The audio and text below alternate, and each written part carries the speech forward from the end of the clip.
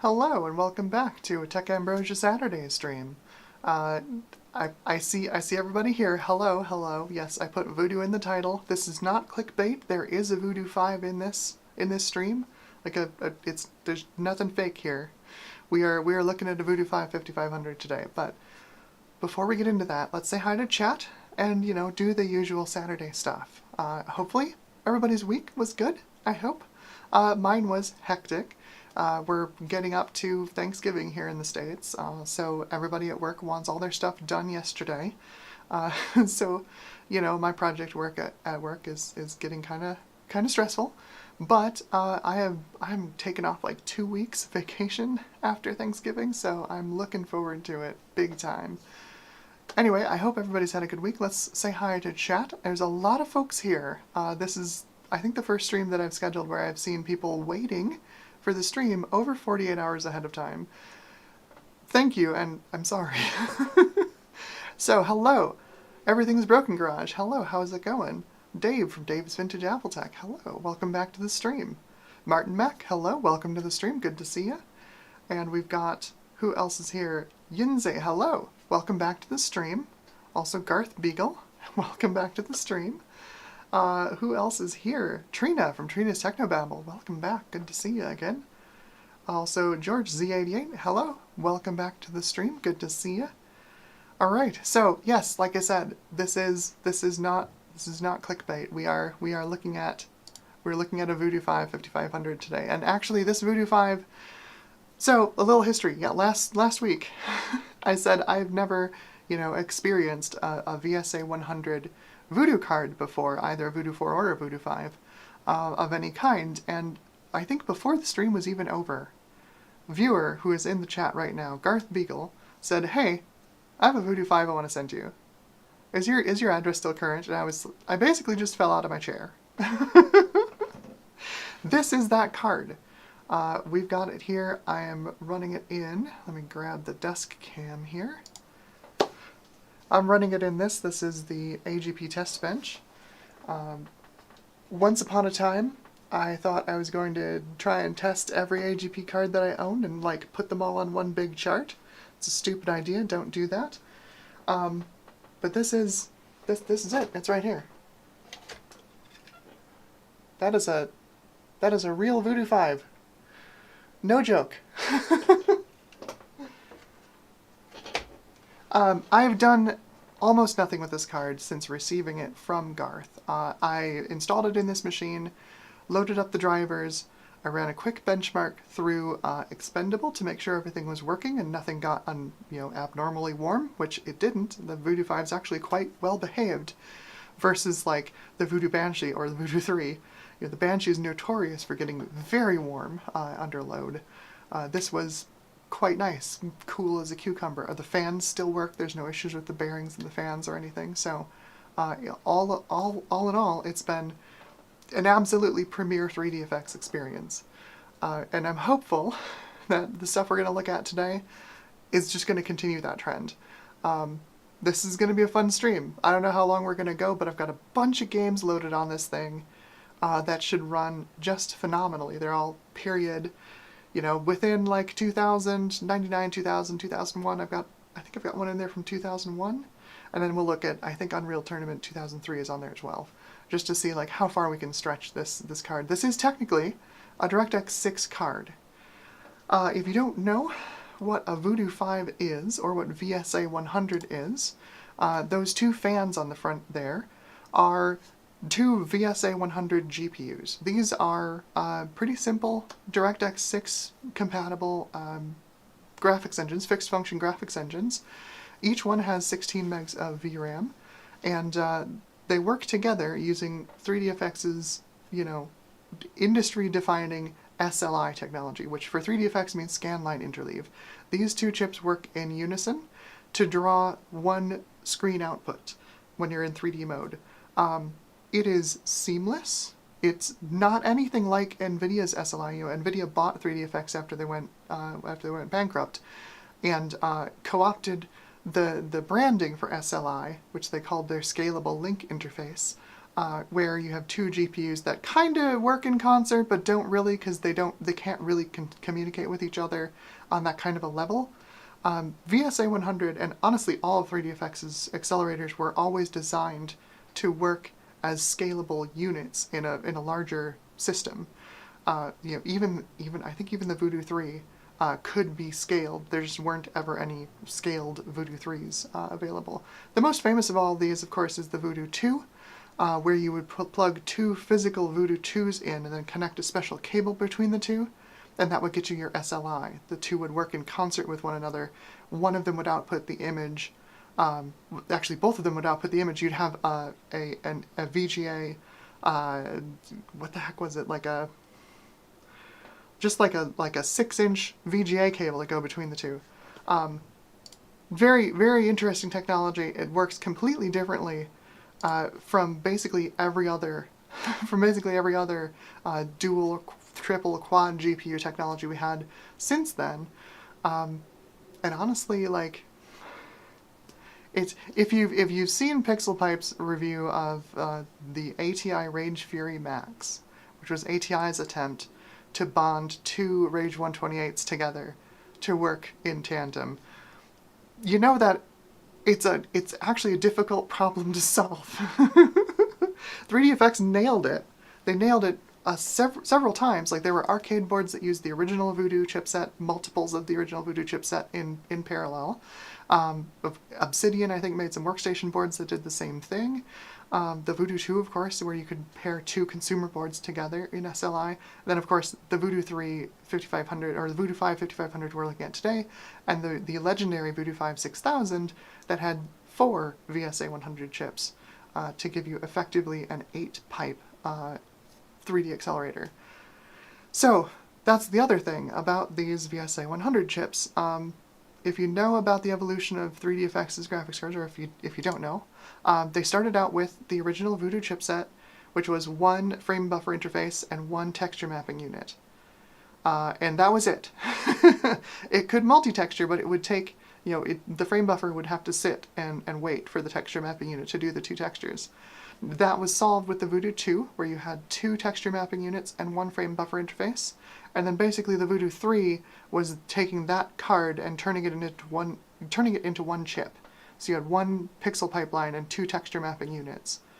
The VSA-100 is an evolution of that design, where you now have basically each VSA-100 is a Riva TNT2. You've got 2 pixel pipelines with 1 texture mapping unit each. And since we've got 2 of those on this card, they're working in parallel. We've got effectively 4 pixel pipelines. So this thing officially, oops, that's the wrong one. This was designed to go and compete with whatever NVIDIA was coming out with in like the 1999 era-ish. But it slipped, and it was delayed. It turned out getting VSA-100 to work in this scalable architecture wasn't super easy. By the time the Voodoo 5 5500 was launched, it was competing against like the GeForce 2 GTS, especially at the price it launched at, which was $299, which nowadays is like, oh wow, that's like, an RX 6600. So that's the low end of the GPU market, right? No, that was at the absolute top end of the GPU market. And it really couldn't keep up with the GeForce 2 GTS. But famously, if you have a fast enough CPU, since this is a DirectX 6 card, it does not have transform lighting on board, it can embarrass a GeForce 256, which is also a 4-pipe card. So it's kind of an interesting thing. Anyway, I think I have probably waffled enough on this. Let's boot this thing up and see it go. Oh, and talk about the test bench real quick here. Let's get to the desktop. There we go. Oh, that didn't work. Oh, well, that's fine. You don't need to see my ugly mug. This is the Elite Group ECS K7S5A. This is built around an SIS 735 chipset, which is kind of a cool, unusual chipset. You see we've got 4 RAM slots here. I've only got 1 stick in here because this is DDR SDRAM, and this accepts SDR SDRAM. You can use either. This was one of those boards that came out during the bridge era between DDR and SDR. Yes, just like we have DDR4 and DDR5 today, there was a bridge era back when DDR was new. It does actually, I've done some testing on this board, it does actually perform better with DDR RAM, and so this is, if you don't know, this is a socket A motherboard. So this is the original Athlon K7. It's not original, the original is a slotted processor, looks like a Pentium 3. This is specifically the Athlon XP using the Thoroughbred core. It's the fastest core you can get to run on this board. This is an Athlon XP 2600 Plus. So this is the Rev B Thoroughbred running at 2.133 gigahertz. This board is specifically set up for doing AGP card testing because it may not have super fast AGP, but it has universal AGP. And it can, as you can see, run these old Voodoo cards that need 3.3 volt AGP. But it can also run, like I've been able to run my 6800 GS in this thing, I've been able to run my 9800 Pro in this thing just fine. It can handle the newer AGP 8X cards just fine. They just run at AGP 4X. In this case, doesn't really matter.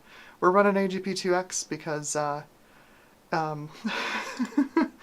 because 3DFX was famously very, very lukewarm on the AGP standard, mostly treating it like just a fast PCI slot. Although I think this does actually support the AGP sideband addressing. I think the Voodoo 3 does as well. I'll have to double check that once we get into the machine. But let's boot it up. So let's go to, let me do a quick scene switch here. There we go, we've got capture card, the desktop cam, which could use some adjusting, I guess. There we go. Sure, our VGA's in, I turned the power supply on. We've got a PS2 mouse and a USB keyboard. This would have been 2000. Most gamers were still gaming on Windows 98 at the time. I was one of those weirdos that moved to Windows 2000 because I got it for like $15 through my college. And I used Windows 2000 for a long, long, long time. Basically until it stopped running games. But most folks would have been using 98, so that's what I've got on this machine, is 98 SE. And for sound, you probably glimpsed it real quickly up here, it's in this card way in the back. That is a Sound Blaster Audigy. So, and I did actually, I've had so many problems installing Audigy drivers in Windows 98, I actually got this one to work, and it works perfectly. So, we've got sound, we've got hardware accelerated sound too. So let me fire up the VGA to HDMI. I need like a smart plug for that or something, so I don't have to reach over there every single time. There we go. And there's the power button. Power on.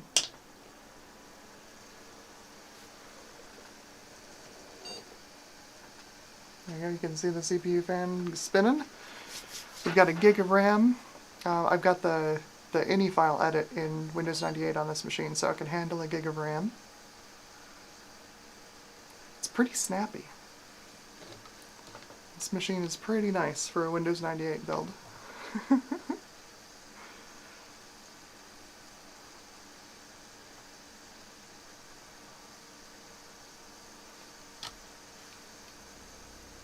Oh yeah, we are running at very high resolution. Let me know if anybody can see anything. It's just the desktop with icons, so like it shouldn't be that big of a deal, but mostly wanted to capture some B-roll at high resolution because this card has a really, really clean VGA output. Kind of unsurprisingly, I guess. So yeah, we're at 1280 by 1024. So, what do we want? Well, that's okay. So I've got, like I said, this is my AGP Testbench. I have tested cards from a wide spectrum of the retro 3D card, you know, pantheon. So for example, if we went from, say, a Voodoo 3 to a Voodoo 5, like what do we get? So my Voodoo 3 AGP was able to run the Expendable benchmark at, let's say, here we go, 1024 by 768, 16-bit color at 61 FPS average. So let's see what the Voodoo 5 can do. On paper, it should be about twice as fast.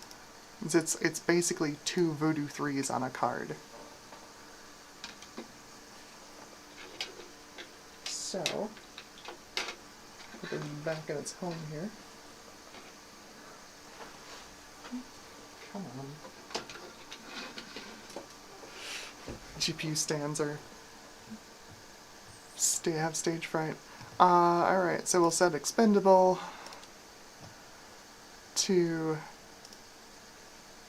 1024 by 768, 16-bit color. We'll go through 32-bit color in a second because that's the other like big feature of the Voodoo 4 and the Voodoo 5. VSA-100 is a native 32-bit color rendering architecture, but just for an apples to apples, we'll do the same resolution and color depth as the Voodoo 3. So we'll run the benchmark here. Time Demo 1 mode enabled. Resolution switch, and there we go. We're loading the benchmark. I'll turn this down a bit because I know this can be loud. Expendable plays sound during the benchmark, and it can be a little excessive, especially if the machine is fast. And this machine is fast. As you can see, we are already averaging about just about double.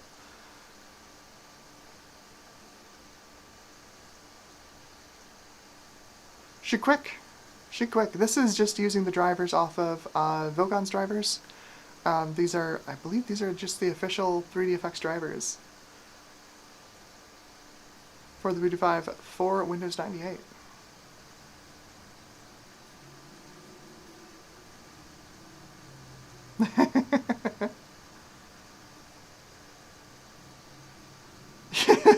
Martin Max says, that's insane. Yeah, no, she's fast. She is fast. The reason 3DFX called SLI is because that it describes what it does. That cable that goes between the Voodoo 2s, or all of the bridge logic between the two VSA-100 chips on this card, they actually sync each card's render to the display clock. So they're doing opposite scan lines. So it means you take your whole screen and you have it basically, and each one renders the same thing. But it's split. It's split apart. So you don't have the Crossfire famously could do like chunks of the screen. Like you could send one chunk to one GPU and one chunk to another GPU, whatever. But like, what happens when you've got a bunch of sky and then a bunch of ground? The ground has all the polygons and all the shaders, and the sky is just like, it's just a single pixel shader, right? That's doing clouds. This pulls the whole scene apart at the scanline level. So each GPU has a very even rendering load, which is why it works so seamlessly. That was another issue. Like the Crossfire had several modes. One of the modes was half screen. You could do one half on one GPU and the other half on the other GPU. Again, if you're playing like a driving game, all the shading effort is in the lower half on the bottom, on the second GPU or whatever, and you got no performance benefit. SLI, like actual 3DFX SLI, would tear that apart into two, separate scenes.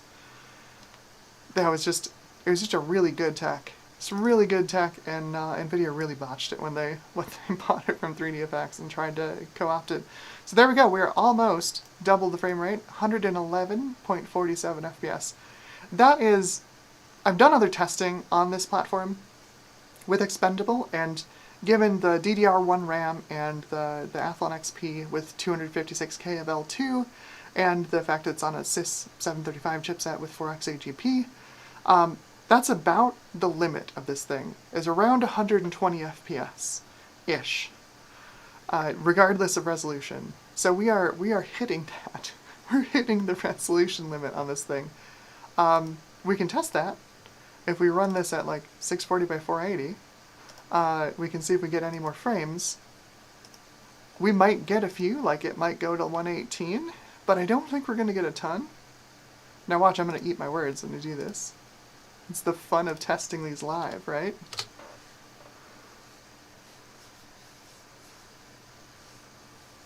Yeah, nope, I'm going to eat my words. Well, sorta.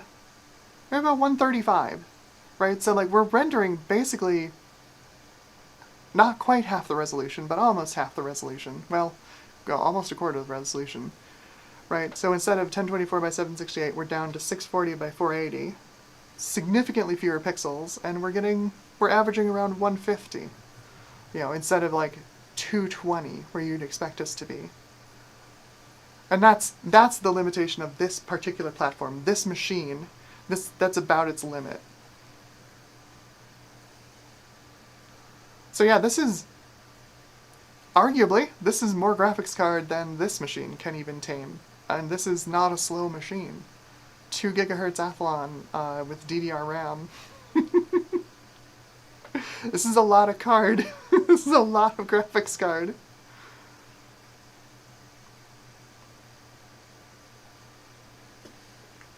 Oh, HC asks what motherboard you're using. Yes, this is the ECS Elite Group K7S5A. The legendary K7S5A. There's a pro version of this board that's really difficult to get your hands on. This is the non-pro version. There's a pro version that's got a really beautiful purple solder mask. This one's brown. It still looks pretty good, I think. But it's famous for it's famous for having universal AGP on socket A. You can run basically any graphics card on this thing.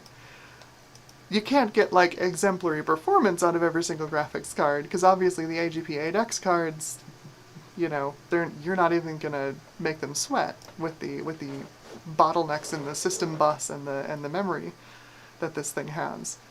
But like, yeah, you can take a graphics card and plug it into this board and it'll just go. I've had pretty much no compatibility issues, other than the i740, which relies on some undocumented parts of the AGP spec that, you know, Intel made the AGP spec, they made the i740, it makes sense that it only really works on like Pentium 2, Pentium 3 boards. Everything else I've run on this board has been just fine. Just fine. So, stuff to run on here. We've got... I did not leave a shortcut to my games folder. Let's go find some games. I'm going to throw a shortcut on the desktop right now. So of course, why not just run a quick Quake 2 benchmark? This is, of course, a Voodoo, so let's see if I can turn the brightness up on this. Running 3D Effects OpenGL. We're going to go... Let's go to 1280 by 1024. Well, they can't do 1280 by 1024. Let's do 1152 by 864. I don't know how 1280 by 960 is going to look on this capture card, but... Brightness doesn't work, of course. The age-old problem. We'll turn off our 8-bit textures because we don't need it. We have plenty of VRAM now. Okay.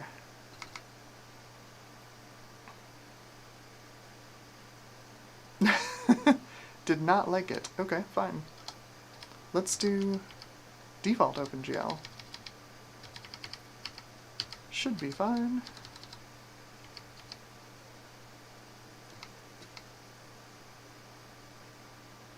That's better. Okay. The 3D Effects OpenGL on this is tailored more towards like an original Voodoo than a Voodoo 5. So let's do a benchmark. Time demo 1 map demo1.dn2.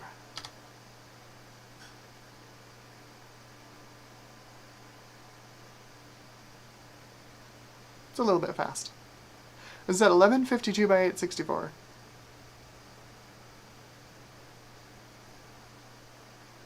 That is 67 FPS.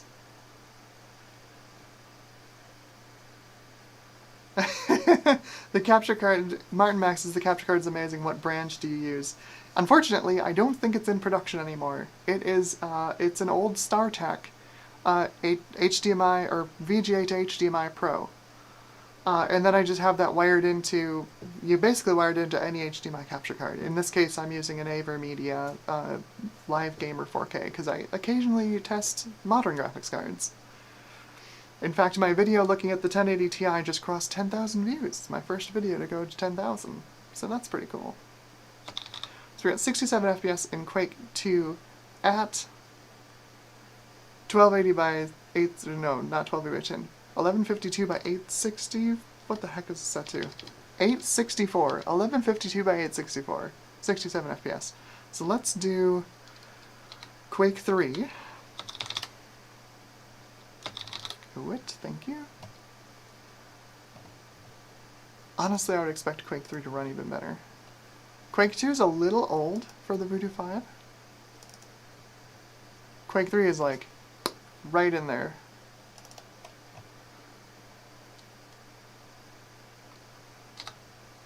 Okay.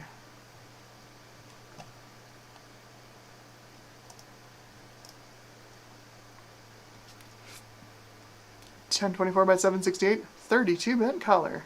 Oh yeah. Let's turn everything up. We've got trilinear filtering even. Let's see if it says no trilinear filtering on a Voodoo. It does not, which is good, because it shouldn't. So we'll do max FPS 0, time demo 1, and demo Team Arena. So this is the retail, so let's do 4. So this is a rougher demo than demo 001 that's in the demo version of Quake 3. Not that the Voodoo 5 has any problem with it. Good lord.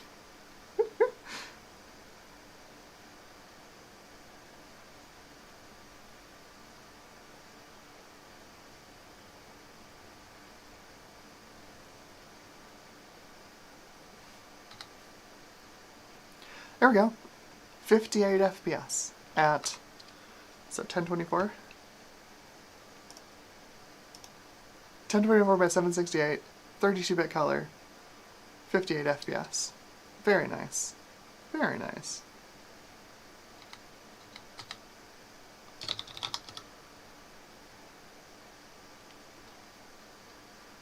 Yenzi says, Doom 3 is perfect for the Voodoo 5.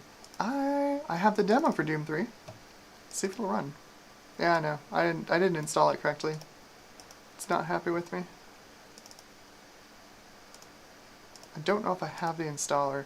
Well, I can do that trick that I did last time, which is browse service.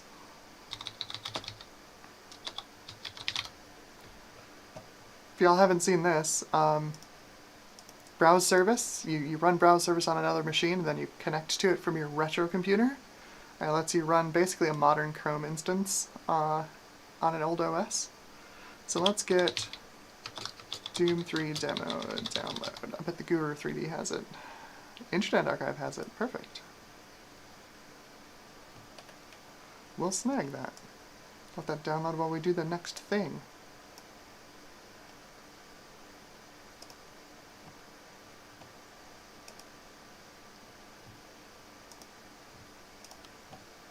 So, what is the next thing? I've got a few things on here. I've got Morrowind installed, which I think is from 02? Technically DirectX 8, but it needs at least a DirectX 7 card, but I guess let's see if it does anything.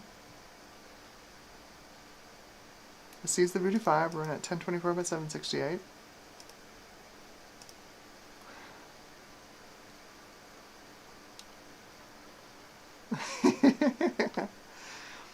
Yeah, Martin, it's getting to be, it's getting to be that time of the year here in the States. Everybody's thinking turkey.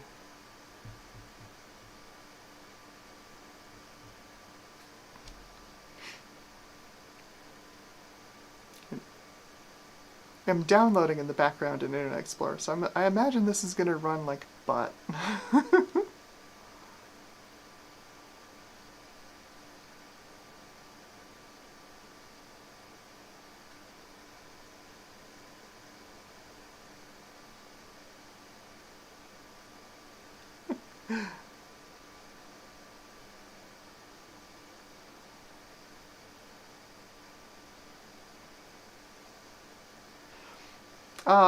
Chris Jackson asks, as far as the VGA capture card, is the VGA to HDMI dongle, or there's one that's fancy looking in like a housing? Mine is the fancy looking one in a housing. And I believe that's out of stock. I don't think it's made anymore.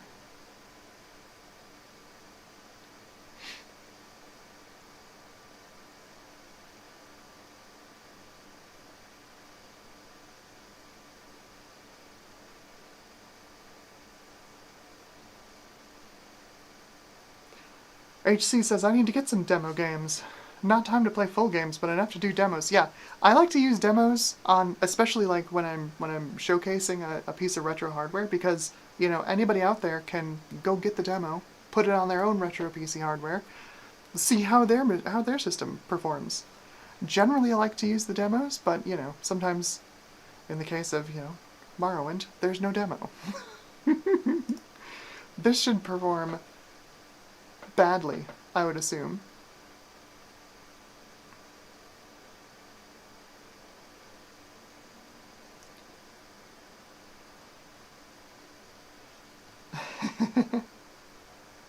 Chris Ducati26 says, hello, Amber, hello. I never got a Voodoo 5, but I instead bought an ATI Rage Fury Max that year. I'm so sorry. I'm so sorry. I saw it, so I was doing a little research for this stream, and I'm like, well, what price was it in, like, 2002 or 2001? Because they went belly up in 2002. By 2001, though, they were in the process of being acquired by NVIDIA. And in, like, I think May? I gotta find that article again, but I found, like, AnandTech was doing, like, weekly graphics card buyer's guides, and they've kept the prices static on their webpage since then. So, like, you can see, like, what graphics cards cost, like, throughout the year. And I found one for May, is it May 02 or May 01? Well, look at that. That's Morrowind. That's pretty abysmal frame rate. But let's see if we turn around. Let's name this character Subscribe. Yeah, it's not the worst I've seen. Especially at like 1024 by 768. When I played this originally, I don't think I played it at that resolution. I think I played it 800 by 600.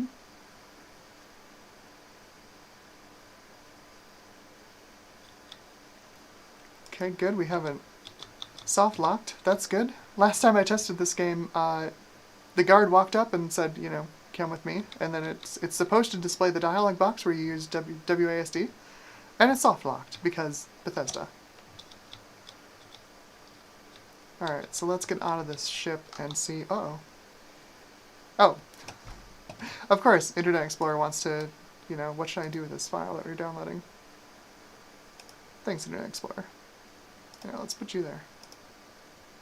And of course, now this is going to completely crash Morrowind, I'm sure. Hey, look at that! It actually didn't. I'm surprised. So we go outside. Yes, I know. Here's the real trick. That's actually not terrible. Uh-oh. Oh, we've got some Z fighting over there. That's not great. That's pretty bad. Though, to be fair, 2002, and you know, it's not like, we'll just say, okay, the defaults. It's not like the Voodoo 5 wasn't exactly like a well-regarded card when it was new. It was kind of a laughingstock, right? Like, 6 months prior, NVIDIA had launched the GeForce 256, and then 3DFX comes out with this much hyped, much vaunted, you know, oh, it's got 2 GPUs on it, it's gonna be so fast, and it's like, nope. Oh, the poor Voodoo 5. Overall, though, this is not terrible. It's too bad about it being so dark, but I guess that's probably fixable in options, I would think. Video gamma correction. There we go. Look at that. Now you can see things.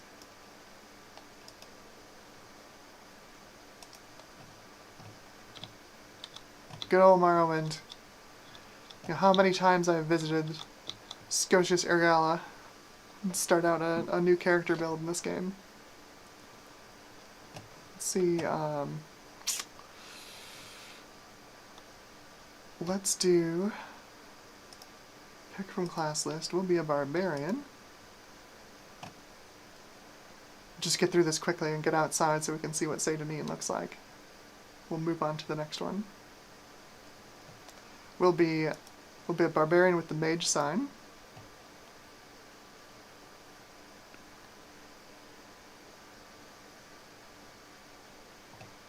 That looks great. Snag that. Thank you. No longer a prisoner of the state. And off I go.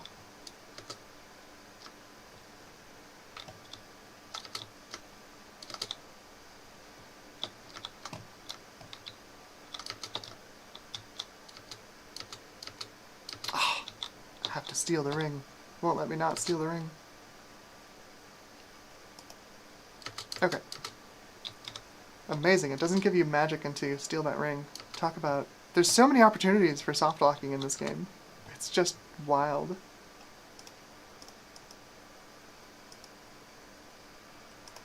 I think that should do it. I think that's everything we need to get out of this conversation and move on.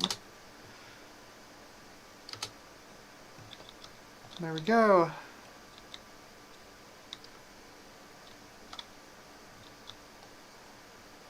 Other than the Z fighting, like, it's not awful. And I'm sure that's tweakable. I'm sure it's got that Z fighting because it's running in 16-bit color. Maybe? What color depth are we running in? It doesn't say. A lot of times there are driver options to, like, force 32-bit Z buffer to reduce Z fighting like that. I don't know. This is literally my first time using a Voodoo 5. But, like, this is not unplayable. I've put in hundreds of hours in Morrowind on a card significantly less powerful than this. So, not bad. Not bad. Alright. Cool. Morrowind.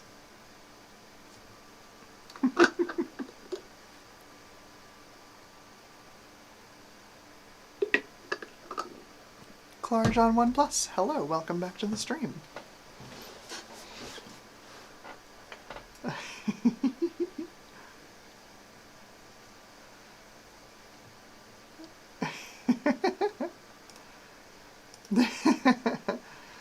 Timo asks, ever seen Voodoo 5 9000 32-way SLI?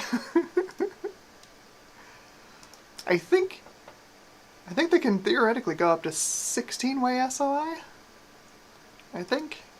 Although, if you've seen the Voodoo 5 6000 with the 4 VSA-100s, it's a little ungainly at 4 chips.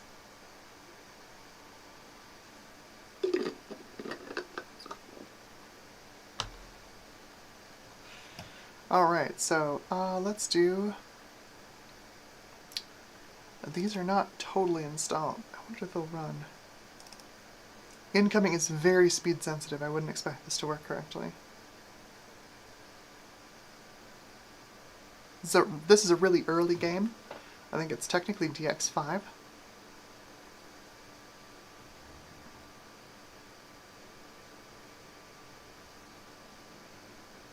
Yeah, it's definitely running too fast.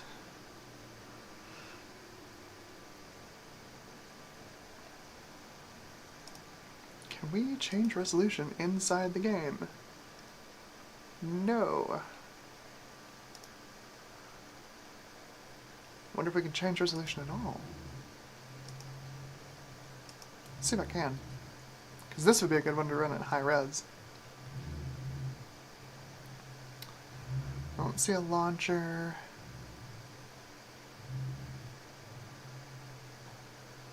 Look at that later. Uh-oh. Oh, there we go.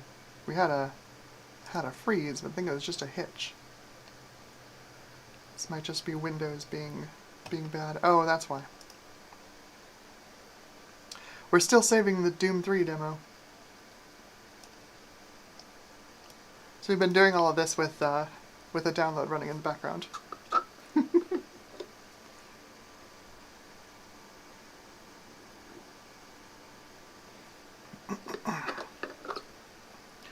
So the only downside, really, to browse service is it's a little clunky.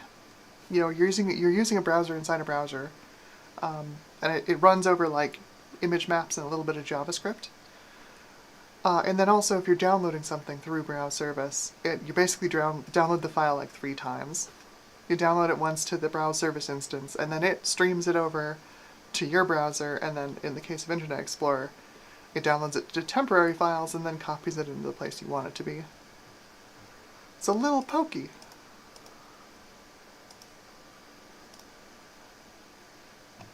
So let's, while this is copying, let's do some stuff that doesn't require, like, a lot of CPU, because this is just gonna... Windows 98's not the best at multitasking. Let's see if I can move these dialog boxes around. I can. I'm gonna lower the resolution so y'all can see the text on the screen. And we're going to take a look at what this card looks like in Everest.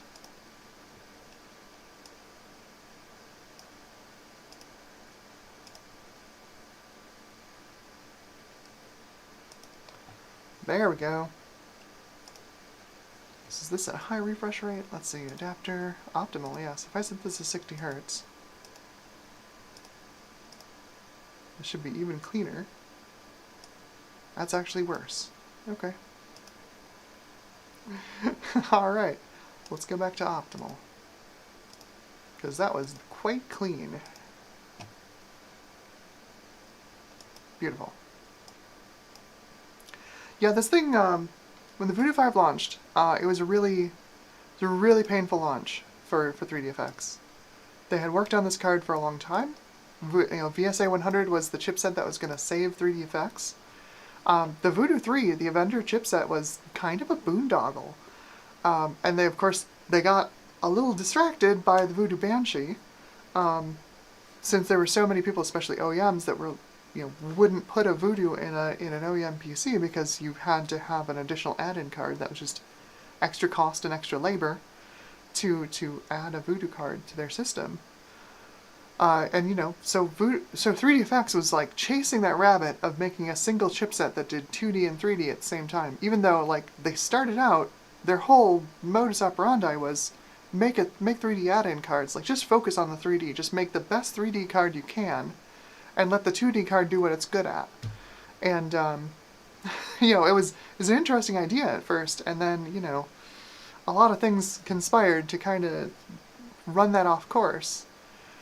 It's most evident if you've got, like, I have an original Voodoo graphics in my permanent DOS PC, mostly just to play, like, really early 3D accelerated DOS games, but, like, later stuff that should work on the card often doesn't, because, the application running, especially if it's DirectX, expects to be able to make a window on the desktop, even if it just makes the window before going to full screen mode.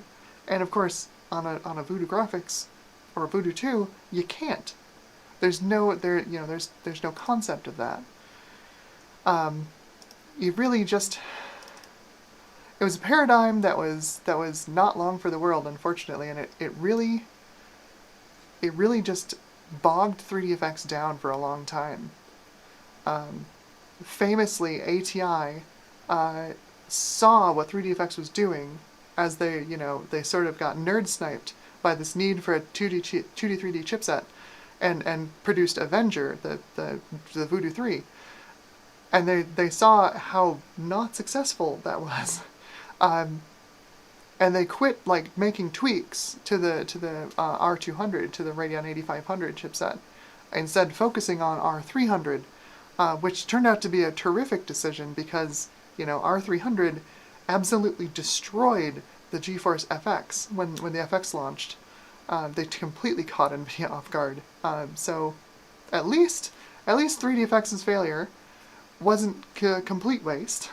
ATI at least learned from it At least, you know, once. Of course, the many years that AMD continued to, you know, hammer on GCN instead of making a better architecture, sadly they didn't learn from it twice. So yeah, this is the CPU in the machine. We've got Thoroughbred Model B, 2.1, in this case 2.125 megahertz or gigahertz. The system bus on this is supposed to be 266. It's just a little bit behind. We've got 256K of L2 cache. Get the chipset information up here. You can see there, sys735. We are running an AGP 2X, and we've got sideband addressing turned on. Of course, fast writes, 4 GB addressing. The Voodoo does not care about any of those things. But yeah. So let's see what this looks like in Everest. If I run Everest Home. You know, of course, like, CPU-Z doesn't work on Windows 98, so the best you get is Everest Home. I always forget where they hide this one. That's DirectX software, display, PCI AGP video, there we go. 3DFX and VSA-100. Can I look at it? Oh, I have to run a report, that's right. I hate this. Quick report. Let's do, sure, HTML. What do we got? Some debug info, and that's about it.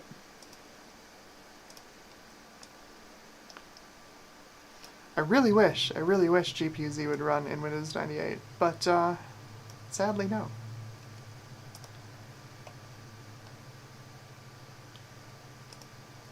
GPU, let's just do GPU. There we go.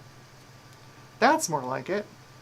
So yeah, so we got the base clock of 166 megahertz for the VSA-100s. Codename Napalm. It was the 90s. It's very much the 90s. What do we got on this thing? I'm pretty sure it's 216 megabyte banks per VSA-100. So this does see both VSAs, but of course when you run a game, the game doesn't know. The game has no idea. It's running on 2 GPUs, which is part of the magic of it. Alright, so what else should we run in here? What have we got in...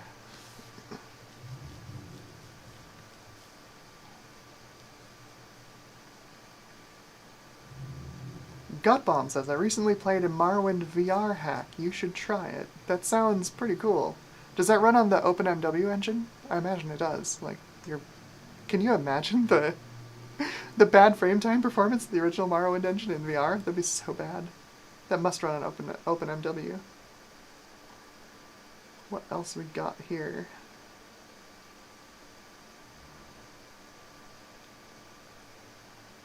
Well, so the other thing I have is, let's see if we can run some slightly newer games on this and really torture this Voodoo 5. Games, Windows, I know, I just put a shortcut to it on my desktop. Completely forgot about it. I love my brain. Oh yeah, Serious Sam. I put so many hours into Serious Sam back in the day. So many hours. Let's get serious.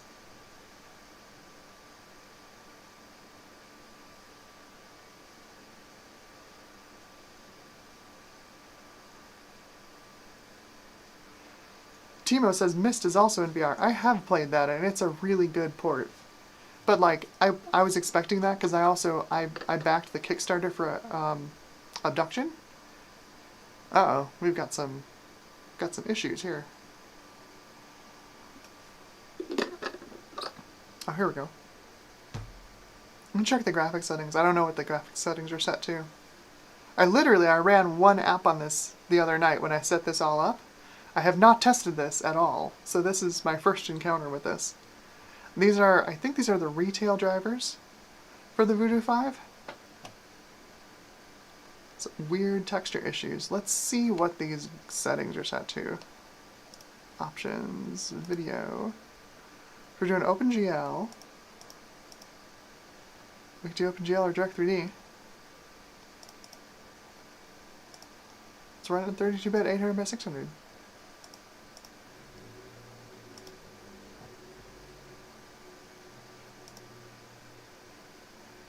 Should work. Let's run a demo. Let's do the night multiplayer demo.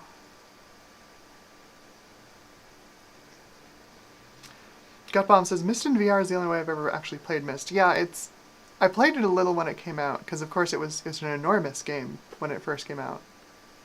That looks like that Voodoo is not happy with this game. That's kind of sad. That is kind of tragic. Aw. That's gonna be a reboot.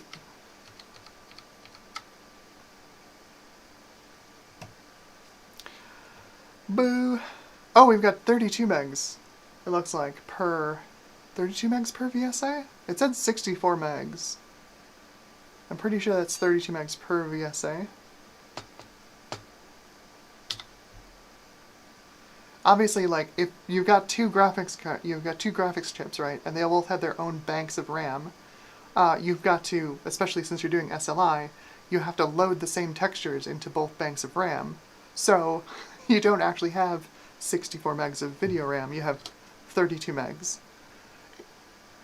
The upside to that is, while your capacity doesn't double, your bandwidth does, since, effectively, since each chip is rendering half of the screen. So that's cool.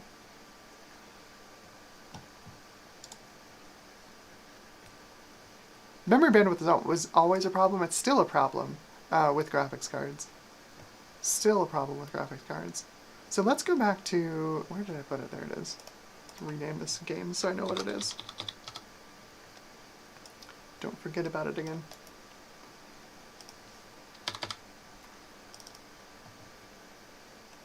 I'm going to try this again. Hopefully... I'll set it back to OpenGL and see if we can get it to work better. Oh, Yinze says, shipping update, my dual slot 1 Pentium 3 will be here next week. Nice! Nice! Those are fun. Dual CPU machines are real fun. There was a time, like, it's gotta be like 10 years ago now, where I found a quad 486 on eBay, and I didn't buy it, and I regret it to this day, because a quad 486 would be hilarious. Absolutely hilarious. Alright, so we're back in OpenGL. We're going to do normal, and we're going to do 800 by 600, 32-bit. Apply. Keep this setting. Okay, let's see what it does. Let's run that night multiplayer demo again. See if it works this time.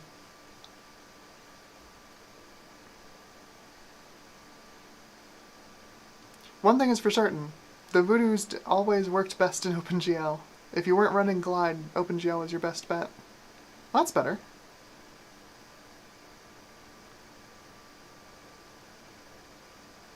I forgot to start Fraps, but that's looking pretty smooth.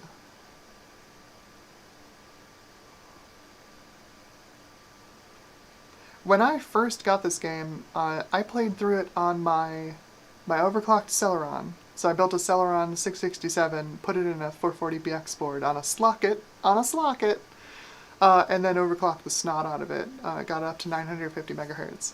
And that's how I played Serious Sam, originally, on a TNT2 PCI that I still have over on my shelf there. It's unfortunately no longer functions, but that's how I originally experienced Serious Sam.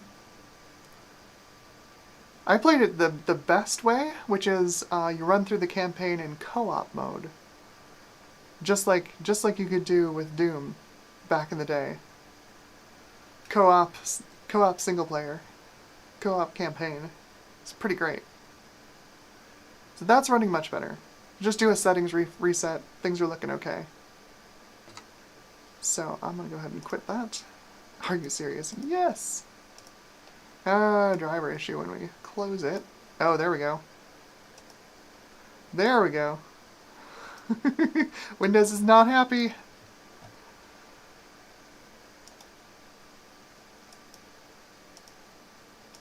Let's see if Windows 98 recovered. Famously unstable, Windows 98. That's not sarcasm, it is famously unstable. Rearrange this by name, because none of these things are alphabetized, I don't know why. Okay, some more torture. Let's see. Oh wait, let's run Expendable at 32-bit color. See how it is, because we've got 640 by 480 16-bit, where we're bumping up against the CPU bottleneck on this thing. We got what 117 at 1024 by 768 16-bit.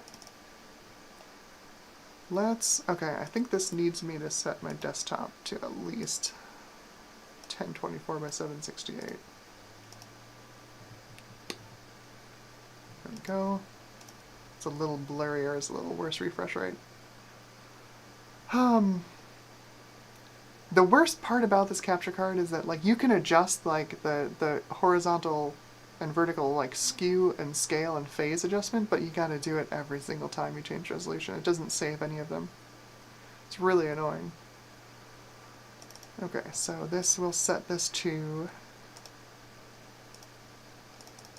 go up to the 32-bit color, 1024 by 768 32-bit. We'll leave all the rest of this stuff here the way it was. Although apparently Voodoo 5, one of VSA-100's tricks was to do some weird rotated grid anti-aliasing. I haven't played with that yet. Anti-aliasing was big tech back in the day because we weren't gaming on LCD panels, right? We were gaming on CRTs. So you could lower the resolution and you wouldn't lose any sharpness. You'd lose clarity because there were fewer physical pixels there, but they were all still sharp. Things didn't get blurry when you lowered the resolution to get more frame rate. So anti-aliasing was kind of a big deal, because you could frequently run anti-aliasing at a lower resolution, get a slightly cleaner image than without anti-aliasing, obviously, but retain that frame rate. So we're at 1024 by 768, 32-bit color, and we're not seeing that same hit that we see on other cards when we switch from 16-bit to 32-bit. I mean, there's a hit, but it's not we're not seeing half the frame rate, right? We've gone from 117 to averaging about 85, 86 FPS at 32-bit color. It is glorious. Absolutely glorious. So I was reading up on the architecture, and VSA-100 is 32-bit all the way through, and calculations are done into 40-bit buffers and then, I think, clamped down to 32-bit. The Wikipedia article isn't specific about it, about how they pull the 40-bit accumulators down to 32-bit, but fully 32-bit color architecture, clearly paying off. We're going pretty fast. It's not bad at all. While this is running, I'm going to quick pull up the bones of my test every AGP graphics card benchmark and see where this is gonna fall.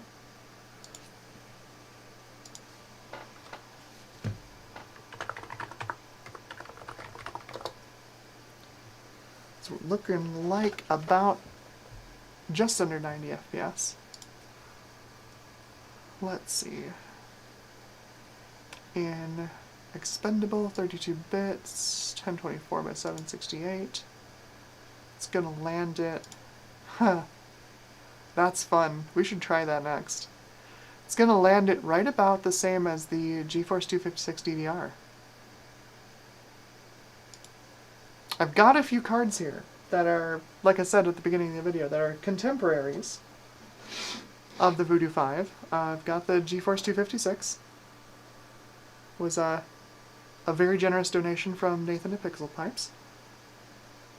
I've got an actually functional, this time. I had to buy two of these to get one that actually worked. But this is an original Radeon DDR. The original Radeon came out in a single data rate version, and it was pretty bad. The Radeon DDR fixes a lot of its problems. And especially with a CPU this powerful, you can really start to see what the Radeon was capable of. Versus how much it was let down by its drivers and CPUs at the time when it was released. I've also got... So when it released, it was competing mostly with the GeForce 2, which it really didn't do well against. GeForce 2 was a monster of a card. I don't have a GeForce 2, any of them other than an MX, but I do have a GeForce 3, which is basically a GeForce 2 with a pixel shader tacked on. Pretty much, this is a TI 200, so it performs about the same as a GeForce 2 Pro. So we can test that too. Oh, we've got a couple of other cards in here. What is this one? Oh yeah, this is my GeForce 2 MX. Got my Voodoo 3, I've got a Voodoo Banshee over there. I don't think those are really going to be interesting with this. This card blows so many of these things out of the water.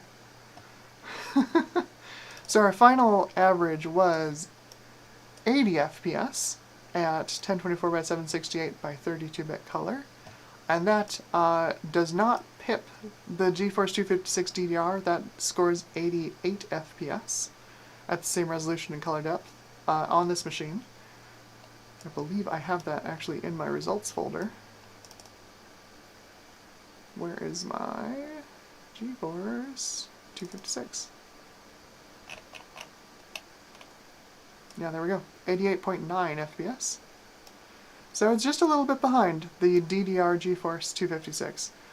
To be fair, it's not a DDR card. You know, we do get the advantage of having two separate banks of SD RAM, but it's not technically a DDR card. What does that run at for a clock speed? Because they're real close, like in specs. Because this is basically 4 pixel pipelines, 4 texture mapping units, running at 166 megahertz. So they're real close. I did not write down what my card runs at. I can grab the average.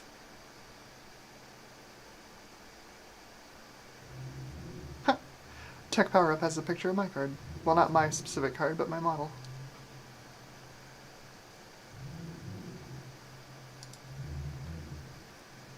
Well, there you go. That's pretty damning. So that's the GeForce 256 runs at 120 megahertz instead of 166. So that's oof. That's a big oof for the Voodoo 5. Bummer. Not as efficient. Not as efficient. Still impressive. It is fast. You can't deny that it is fast. What else should we run on this? What else do I have here? Set this back to 800 by 600 so folks can see the text on the screen.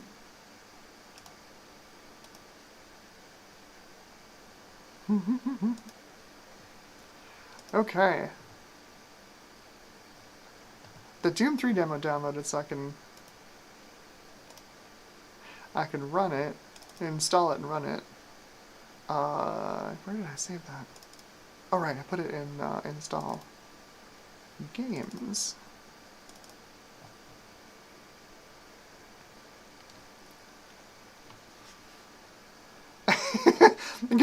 Garth Beagle says it's Windows 98. You gotta reboot between apps. Yeah, pretty much. Pretty much. You'll look at this thing wrong and it'll fragment its RAM. Let's put this in C. Come on. C games win Doom 3 demo. Yes. Throw it in there anyway.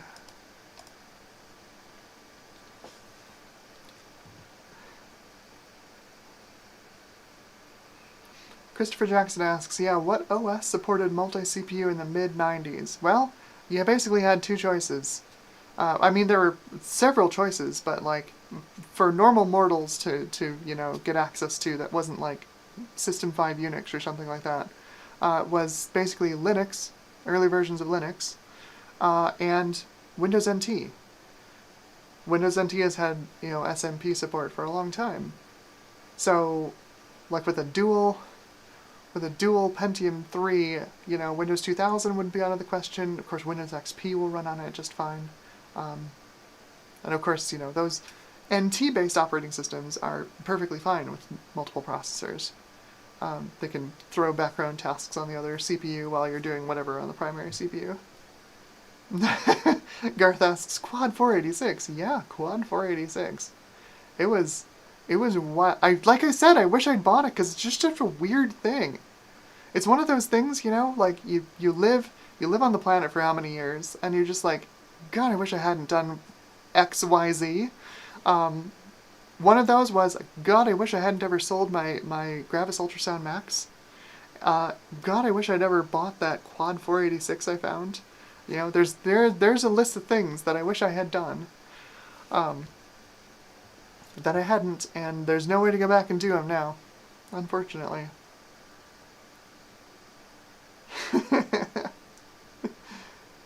Pickle says I skipped the Voodoo 5. I went from Voodoo 3 to GeForce 3 Ti 200. Yeah, I didn't. I was at the very bottom end of of the graphics card market at that time.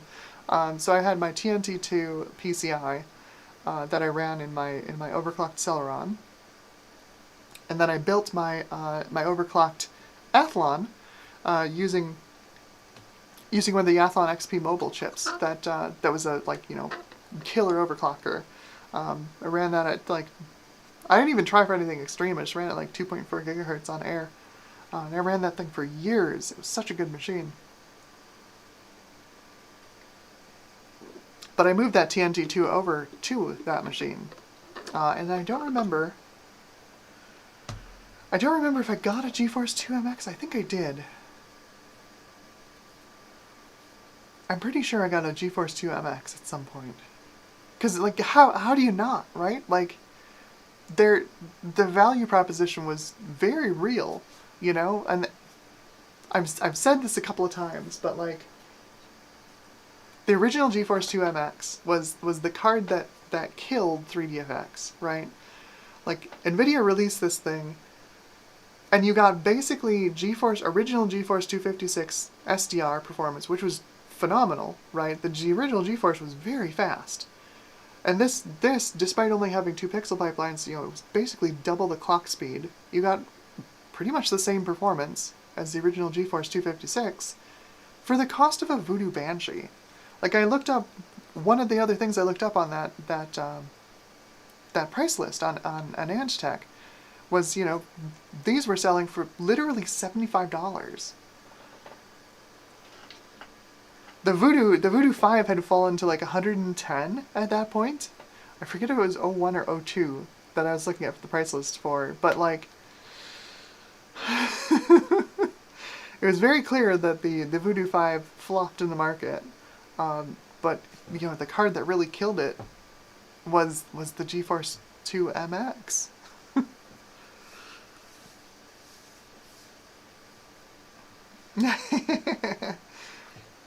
Lots of talk in the chat about the Quad 486. I don't know what board it was. I don't know any details about it. I found it on eBay, and I was like, wow, that'd be weird to have. And then I moved on. I really wish I'd gone back and just gotten it, just to have it. Just to have this thing hey, look, there's 4 486s on a board.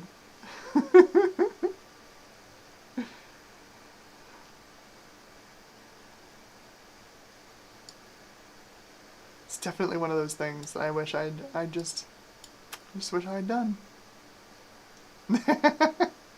Udin says Windows 98 is not unstable. You just have to reinstall it once a week.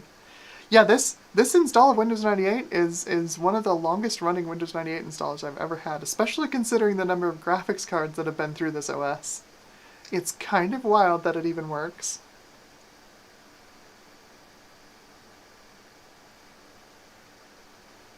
Corey Flammer says with a faster CPU, ATI is the winner most of the time. That is correct.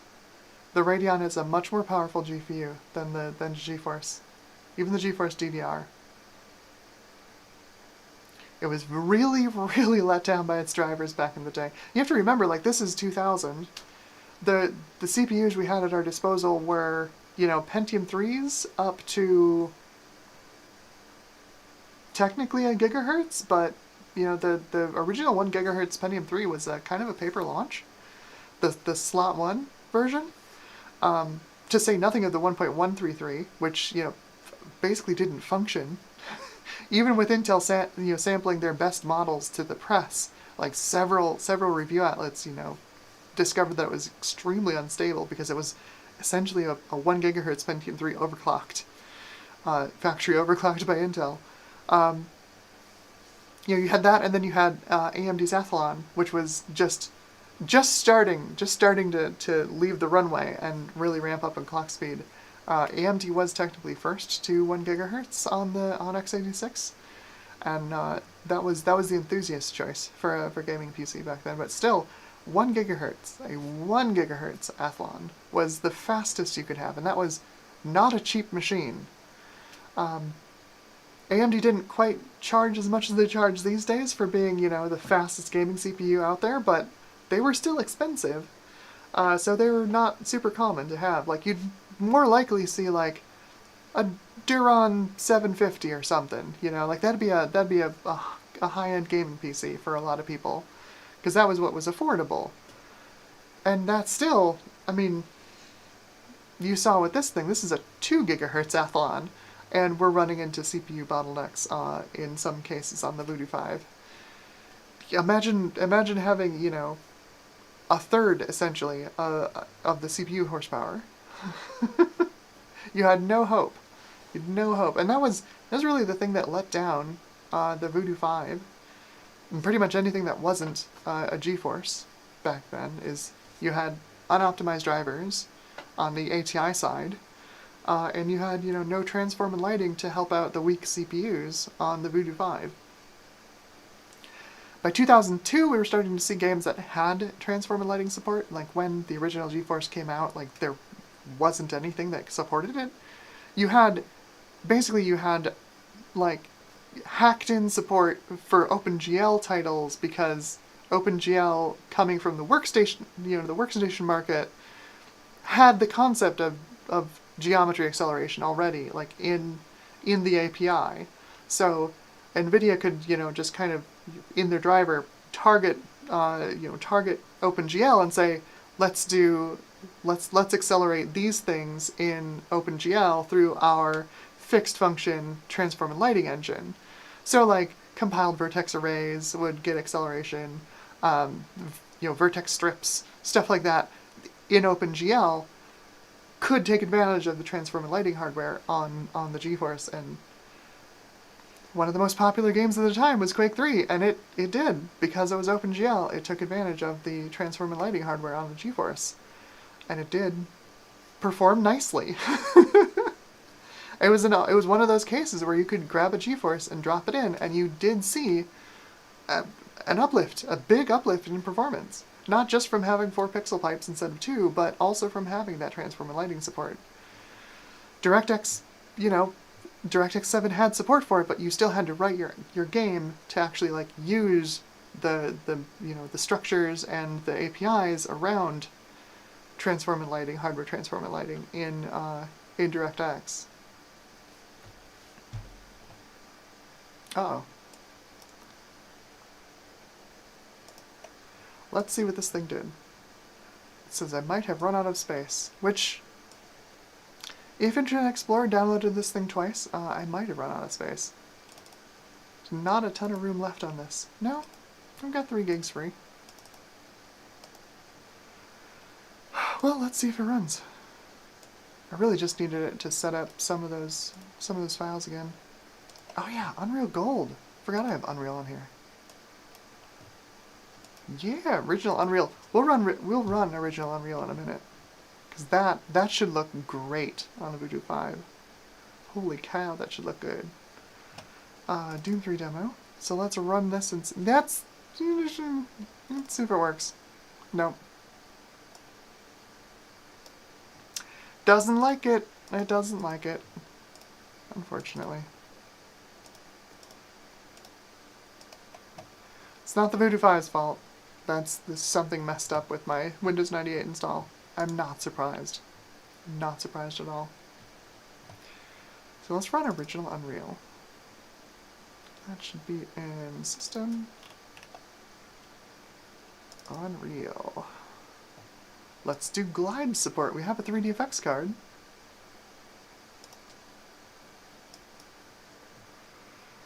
That's not promising.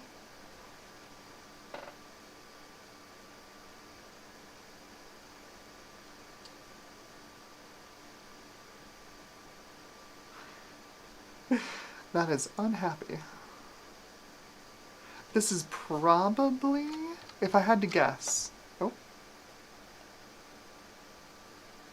What are we doing? We're crashing. We're rebooting. Okay. My guess is not that that's the Voodoo 5. My guess is that it's because I've had 3 other flavors of Voodoo through this machine already, and I probably got some old versions of the Glide library sitting around. That's my guess. It's probably trying to run like...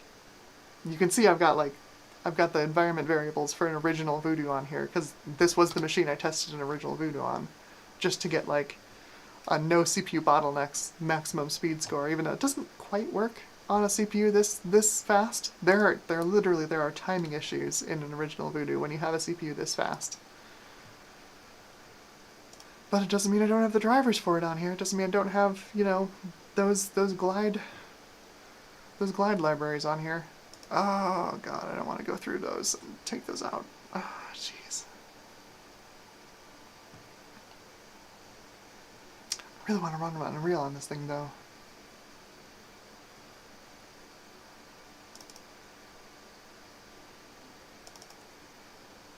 The only other option was Direct3D, wasn't it? And it's Direct3D on Unreal isn't great. Yeah, Glide, Direct3D, or software rendering. We've got a reboot. Whoa! Hello! Doesn't bode well. Oh boy. Let's see. This doesn't have a Glide DLL in the folder. I don't know. I haven't played with a Voodoo 5 before. I don't know what version of Glide I should have on this thing.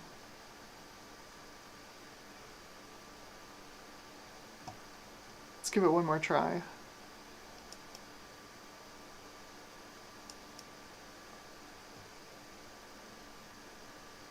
Not optimistic.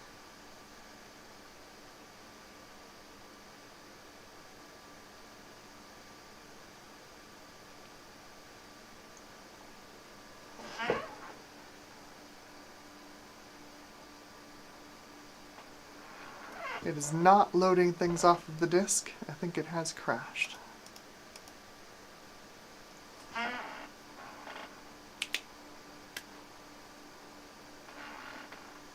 Darn! Darn.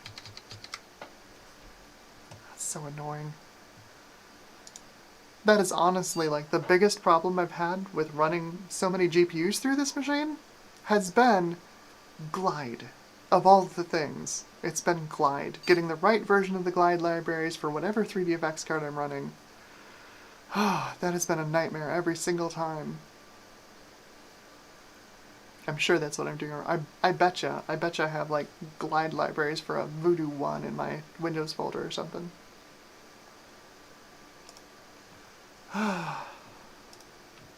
Let's see. What else?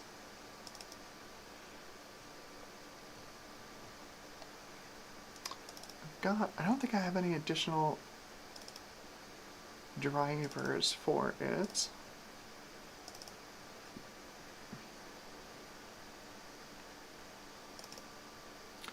Utils, device uninstaller.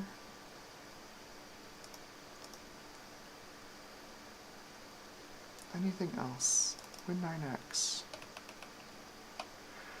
3DFX tools. I suppose we can try that. We'll install the control panel, see what it does. Need for Speed Porsche Unleashed. It's also a game I associate with 3DFX for some reason, says Yinza. Yeah, yeah. No, it was, I think it had first-party glide support, I'm pretty sure. It was, of course, you know, like a driving game. It's perfect.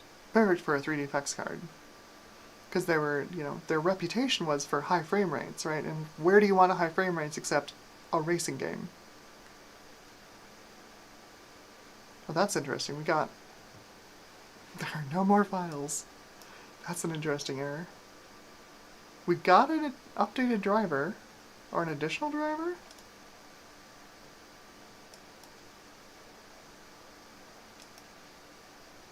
Well, I either made things better or I've broken the Voodoo 5. We'll find out.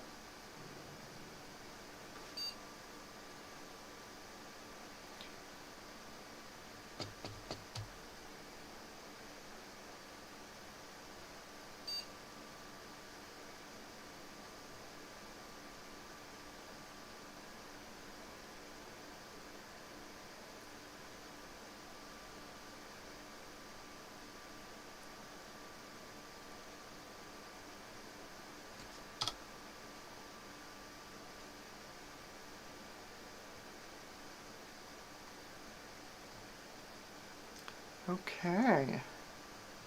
We've got a 3DFX Tools menu. That's good.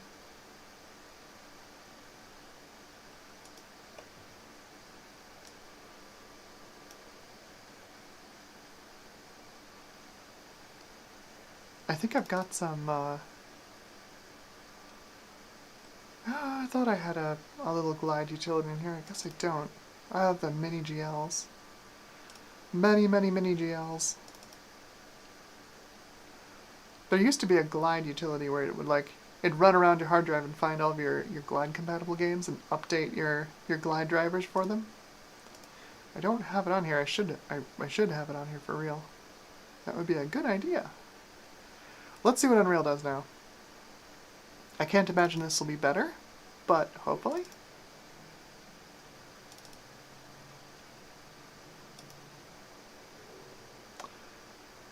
That's why it's not working. This is from GOG.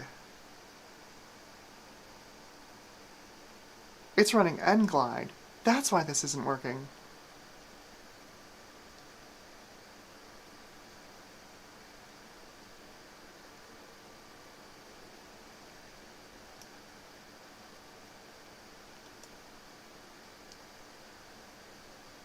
It's not going to run great, but let's try Direct3D.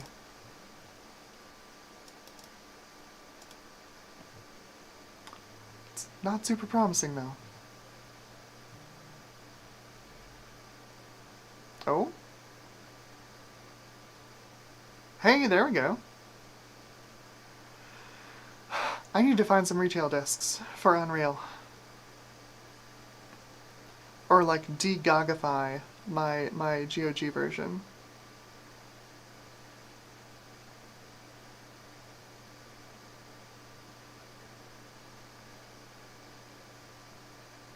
Heck yeah.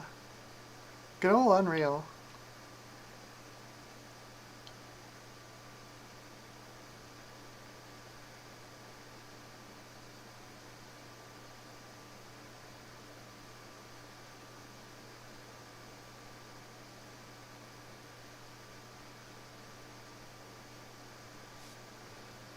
Move game sound, is that still working, or is that...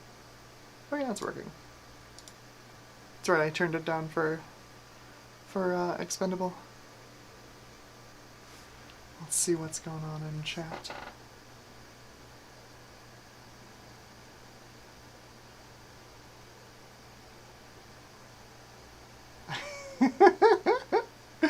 Charlotte Thorne says, the Radeon DDR was the first ever graphics card I got. Too young to buy one myself. Mood. My mum checked when it arrived. Are you sure you wanted a circuit board for Christmas?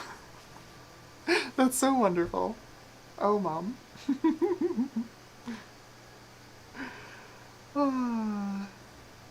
Garth Beagle asks, how is this card's support for original 3DFX Glide DOS games? Honestly, I have no idea. I imagine, without knowing anything, I would think it's probably pretty poor.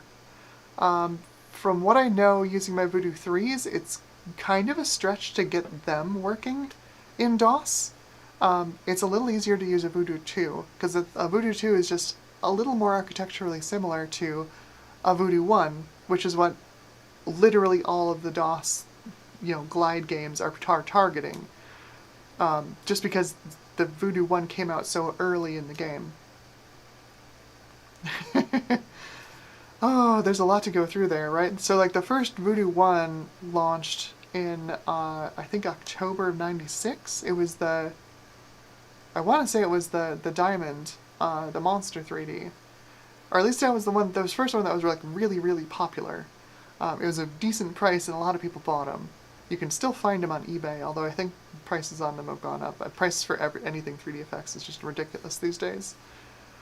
But, like, all the DOS games at the time, remember, DirectX didn't come out for a while.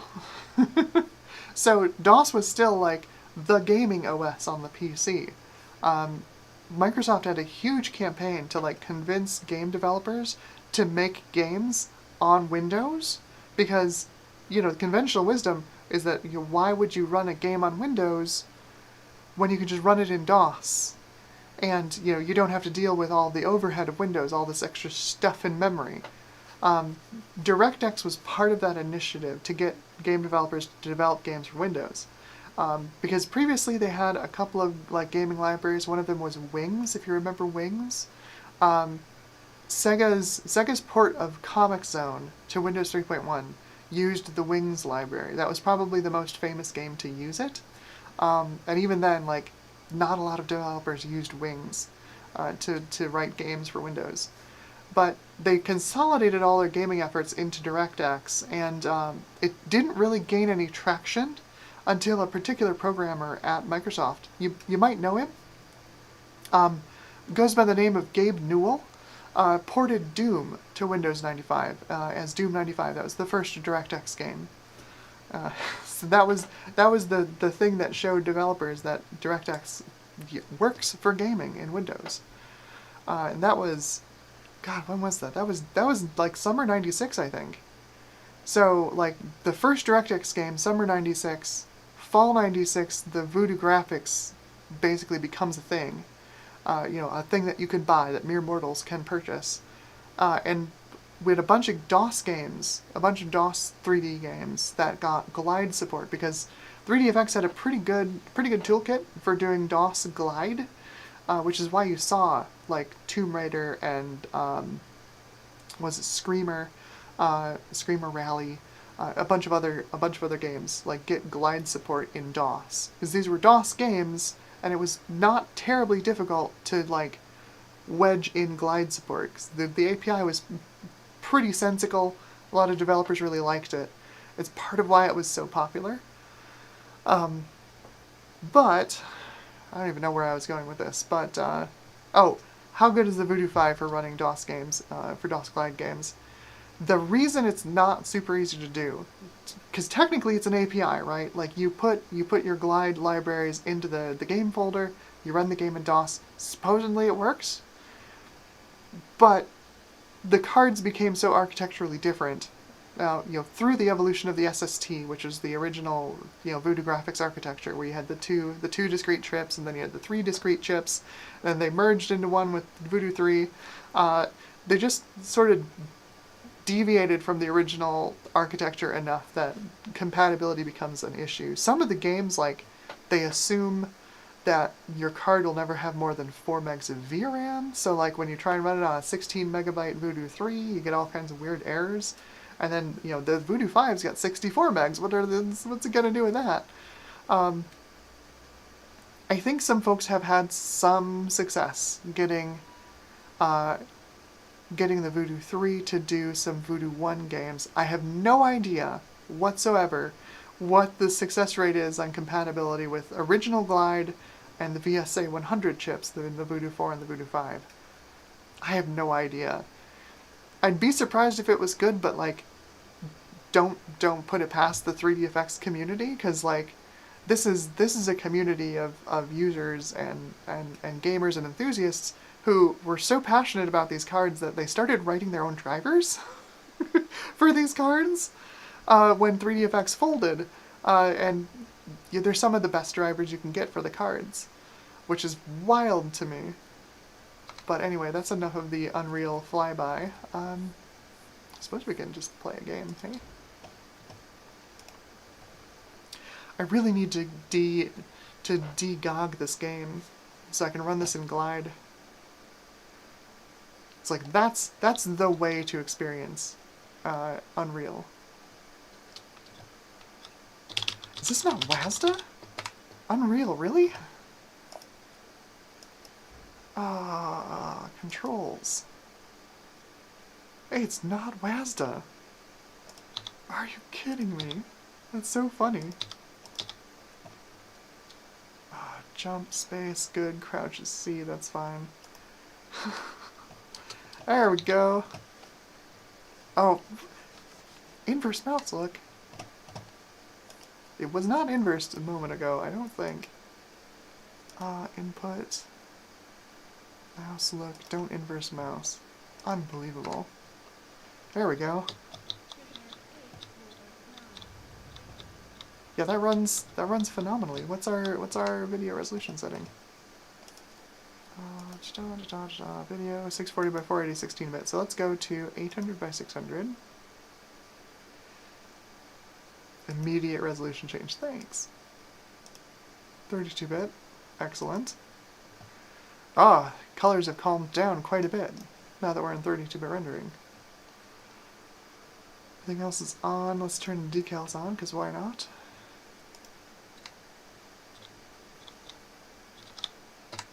Turn up the...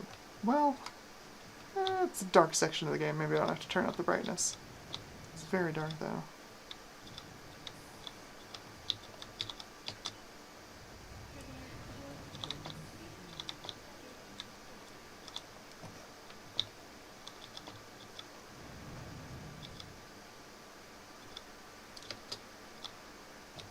Fog.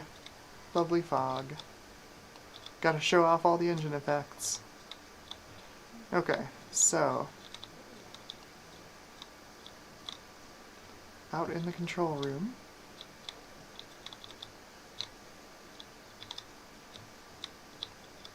Where is... it must be later.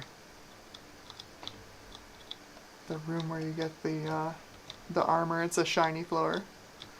Such a classic Unreal Engine trick.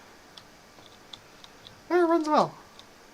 I'm not surprised. This is like basically the game that this engine was made for.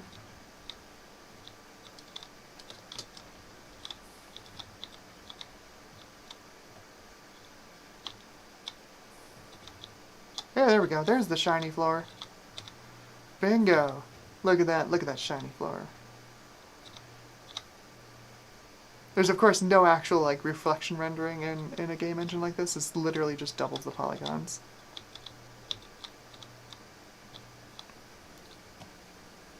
Which is why it takes such a hit in rendering performance.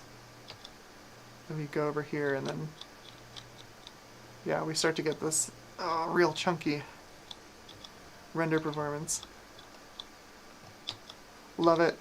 Love it. You just you double your polygons and throw a semi-transparent texture underneath and you get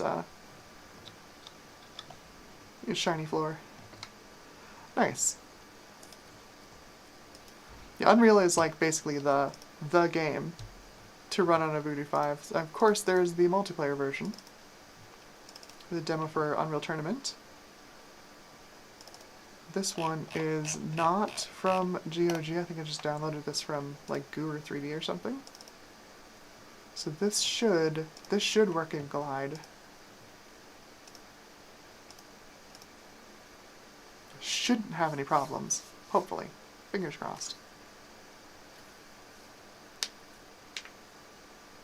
Yeah, there we go. That's what it's supposed to do.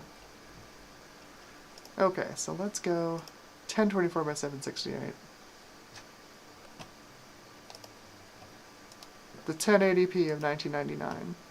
And of course, Glide has no idea what 32-bit rendering is. That's fine.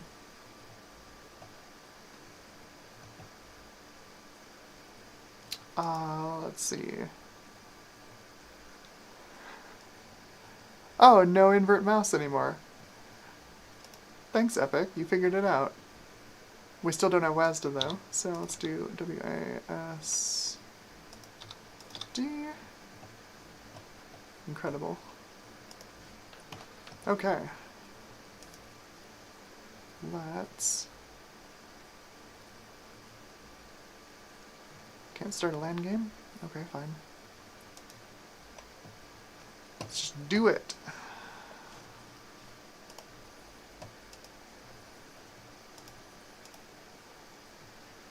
Unreal Tournament.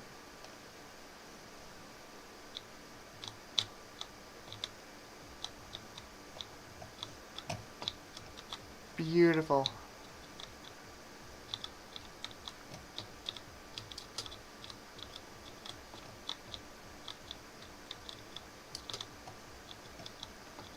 It'd be so much fun to just run like a classic Unreal tournament. Just like set up a dedicated server somewhere and just play with a bunch of folks. That would be good times.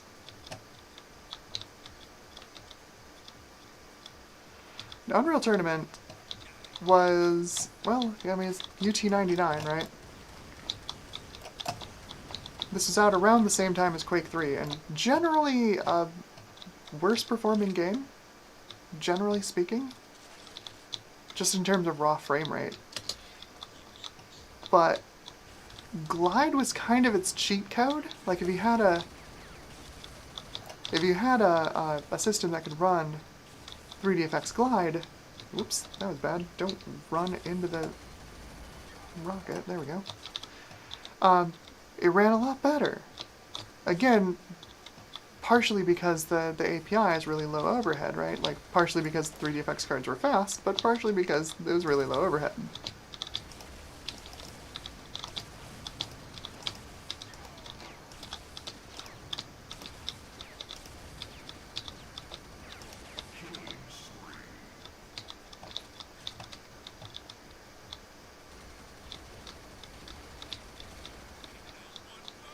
Kind of a cheat code. Kind of a cheat code. Always aim for the feet. It's a trick of the rocket launcher. Always aim for the feet.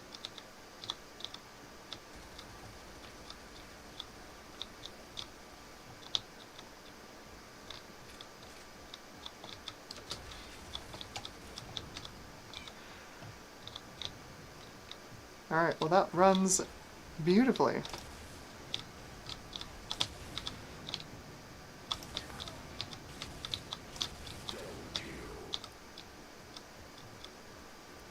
Cool. Unreal Tournament.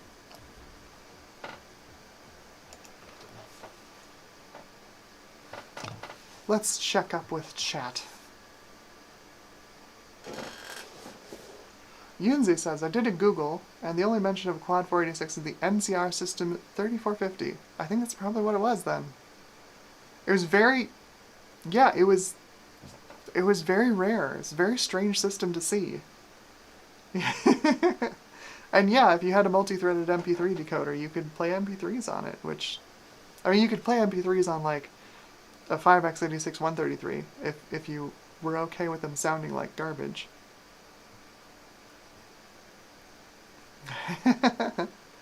Corey Flammer says, my first video card was an NVIDIA Vanta. Yeah. And honestly, like, the Vanta's not a bad choice if you're going to make a retro PC these days, especially if you're targeting something like Windows 98. Anything below like a Pentium 3 450 in performance, the Vanta's not going to hold you back, honestly. It's going to be the CPU.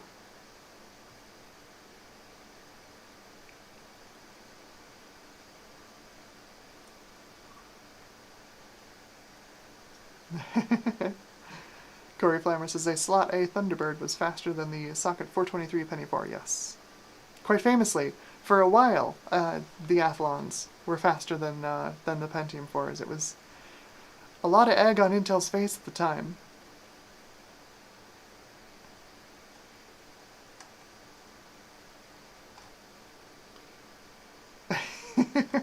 I'm way behind in the chat. I'm so sorry.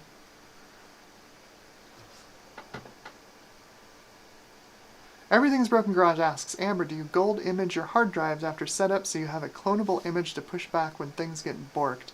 Sometimes. Most of the time, not. I actually keep install files for Windows 95, Windows 98, just archived on my home server over there. So if I need to set a system up fresh, I'll just wipe the SD card and then drop the install files on there. I usually keep a minimal DOS system on it, so I can always boot the SD card. But then I can just reinstall from the install files. A really good trick for setting up Windows 98 is you don't need a CD to set it up. If you've got a bootable DOS system and just the setup files sitting in a folder, you can just run setup from there and it'll install straight out of that directory. It doesn't care. It's a very easy, actually very friendly OS to install, which is a weird thing to say for Microsoft. And on higher spec hardware, especially with these SD cards, like using an SD to IDE like I'm using here, it's pretty fast. It's pretty fast install. It's definitely not the olden days where you were going to be installing Windows 98 for an hour and a half at minimum.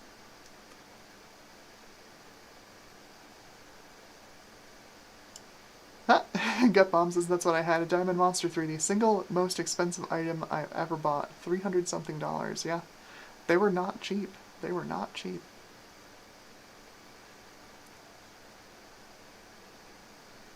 Blake DMC says, I do remember Phil's computer lab patched the Voodoo 5500 to work on some DOS stuff, like Screamer, something like that. That sounds about right. That's the only reason... Phil's the only reason I knew that Screamer was one of those DOS games that worked, one of those DOS Glide games that worked. And that's a pretty fun time to see run on a 3DFX card. To like run a DOS game and like, you know, go through the command line, type in all stuff, do the setup program, and then like it's accelerated 3D in DOS.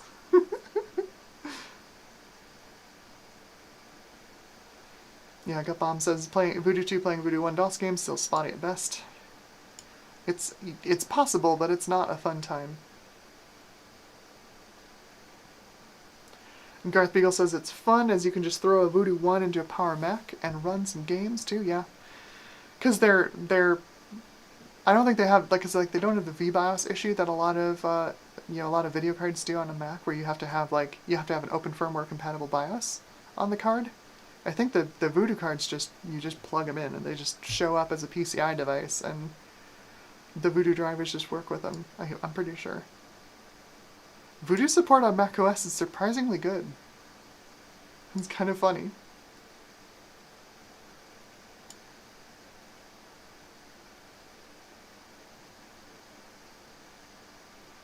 Electron Ash says most of the early Voodoo chipsets work in a similar-ish way to Power VR and the Dreamcast. 3D matrix calculations had to be done on the CPU. All cards work that way. Roughly all cards work that way. There was some triangle setup in some of the 3D accelerators, but largely, yeah, you didn't have transformer lighting. Transformer lighting, again, like if you had dynamic lights in the scene, using the API that defined hardware accelerated dynamic lights, which were usually just vertex lights, you'd have to do your lighting calculations yourself, and then you'd have to do your transform to the view frustum yourself, right? So you take all your 3D data, all your vertex points and polygons or whatever, and mash them down to 2D, applying perspective to things that are further away. And that was your transform step, and of course the GeForce could do that on the card. And for a long time, workstation graphics cards, especially like SGI workstation cards, had geometry engines that could do that for you as well, which is part of why OpenGL acceleration worked, so well right away.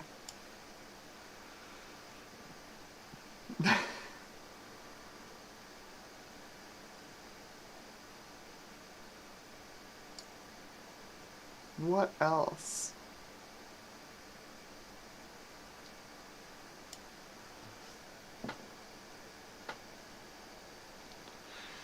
Gutbomb says, when I rebuilt my original 1997 computer earlier this year, I just couldn't justify the cost of a Voodoo 1, so I got a Voodoo 2 instead. I mean, that's no cheaper, but a lot more compatible, so I understand. Like I said, I've got a Voodoo 1. I bought it about a year and a half ago. I got a pretty good deal on it because it was repaired. It's been running fine, but like the amount of things it's compatible with is very small. It's basically a nice thing to have in a GPU collection because you can show off like, hey, look at this. This is the state of art. This is state of the art in PC 3D graphics in 1996.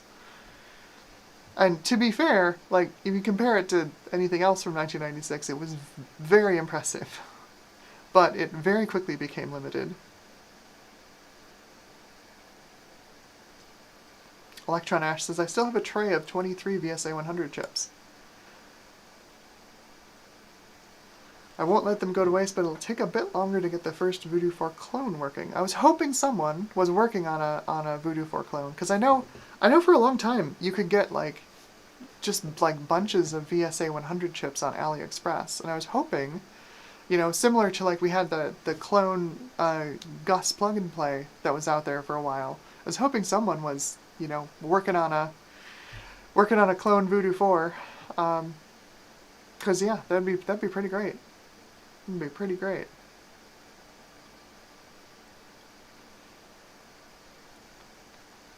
What else have I missed in chat? Scrolling down in chat. I'm coming. I'm almost there. Garth Beagle says, as I recall, you kicked butt last time we all played Unreal Tournament 2004. I mean, it was kind of my jam for a while back in 2003, 2004. I played a lot of UT 2K3 and 2K4.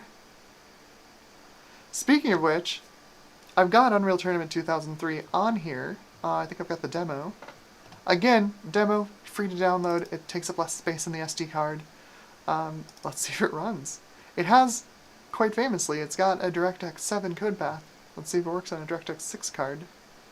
Pretty sure it does. I have no idea if it'll actually work on this, though. Should be fun to find out.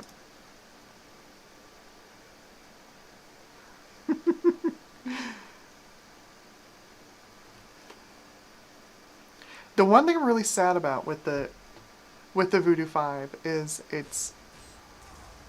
Ooh, that's loud. I see those levels. That's loud. So far, so good.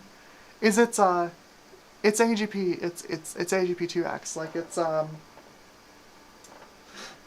it's got like this is my Banshee.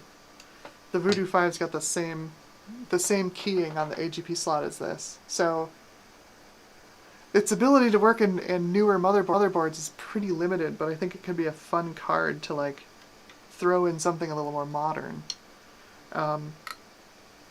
This particular platform, Thoroughbred Athlon, sorta this is the end of the line for that, really. The Athlon kind of ran out of gas with this platform. Barton was a little faster, especially Barton with 512K of level 2 cache was a little faster. You know, the 400 FSB chips were pretty okay, but like, God, I'd love to run this Voodoo 5 in something like an Athlon 64 or you know, Socket 775 Pentium 4 Pentium D. It'd be pretty great. But I don't think I have any boards that'll run it because it's keyed for 3.3 volt AGP. And it's so frustrating. So let's do instant action. Let's see what this does. I haven't even checked the settings. I think I should probably... Let's set it to at least 800 by 600. Okay, so we're at 800 by 600, 32-bit, that's fine. Details, normal, highest, normal. Everything's basically on. Blob shadows are turned off, so that should be interesting. I don't remember what it uses for shadows. I think it's stencil? It's stencil shadows? Voodoo 5 does have a stencil buffer. So let's do instant action. Forget which one is... Andalus, I think, is the GPU heavy benchmark. Oops, I double-clicked it. We're doing asbestos. I double-clicked it accidentally. So, how is this? Oh, that's...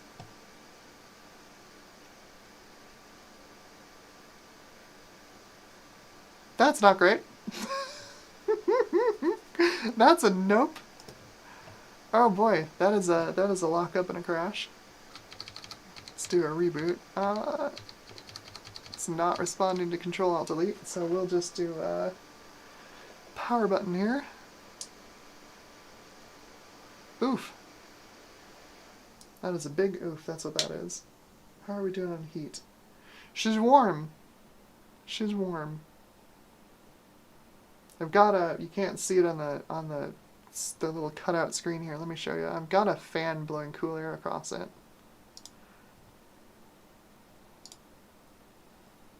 I can't see it because I'm in the way. But right up here, right there, I've got a little fan with a little fan duct, 3D printed fan duct that's blowing cool air across the card itself. The back side of the card, though, is pretty warm. She's working hard.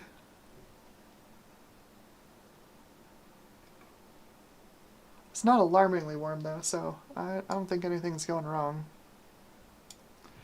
Reboot, try again.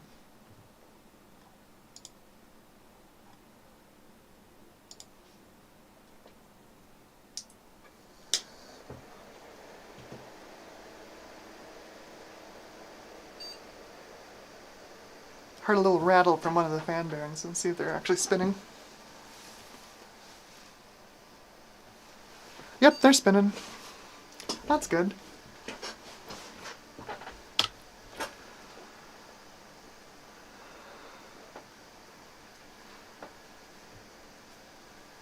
I'm gonna have to look up care and feeding of a Voodoo 5. Probably replace the fans. The heat sinks look like they're bonded onto the chip, so I don't think I'm going to be replacing those, unfortunately. But at least replace the fans with something nicer.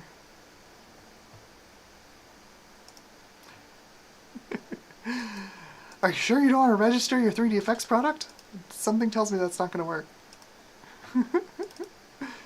Oh boy. Let's try that one more time. I'm curious. Did I put a shortcut to it? I did. Let's go.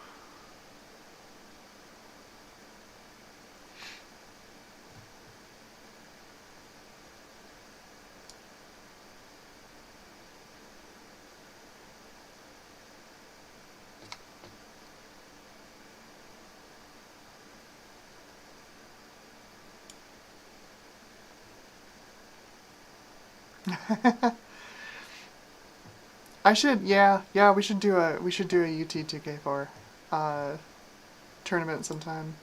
I think it'd be fun. I don't think I'm gonna do super well, cause like I'm okay, but I'm not like amazing at it. Okay, so let's do instant action. I'm gonna do Andaluce, cause it's a prettier map. It's a little more GPU dependent. Bot skill, map bot count. Let's do no bots for now. Well, we'll do 4 bots, sure. See if this works.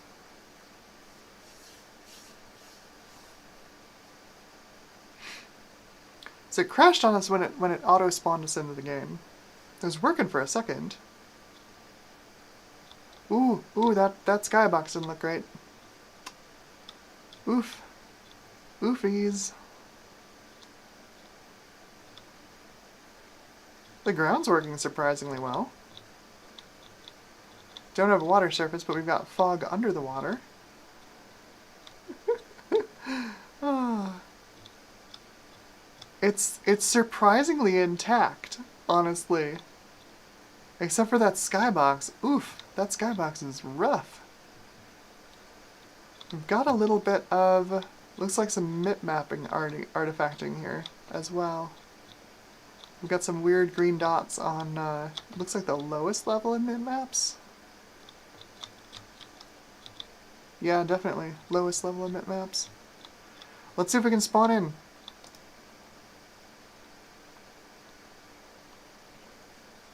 Hey!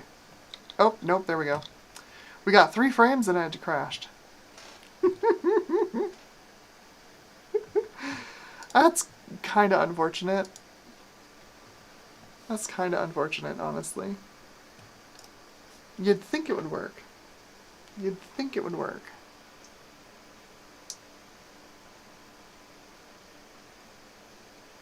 That kind of corruption, though, makes me wonder if if it's heat.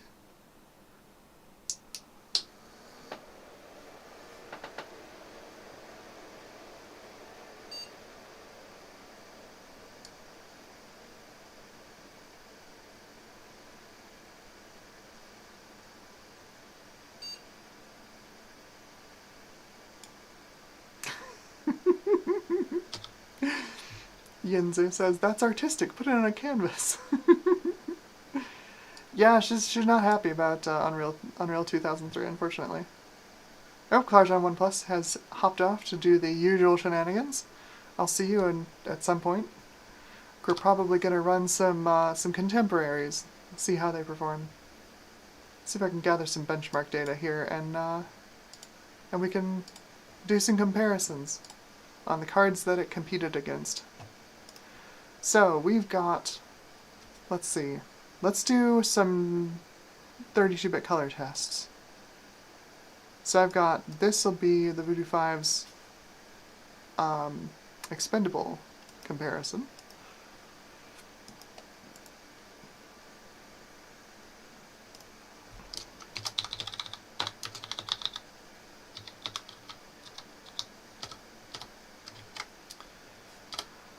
Let's run... Oh, what else can we benchmark? Quake 3, we can benchmark Quake 3. Do that at 1024 by 768 as well. Throw that on the desktop for quick access.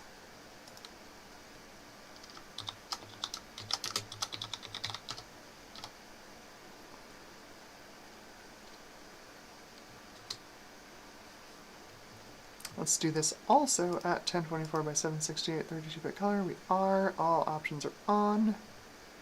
Excellent.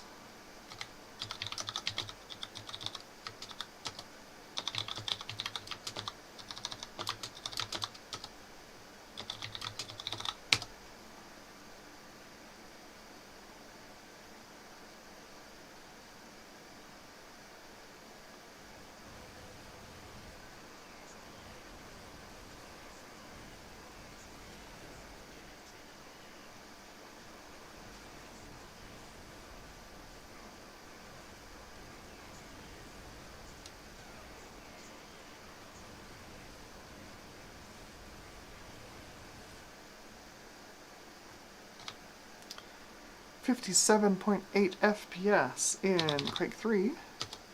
Record that here in my little text file. Quake 3 retail.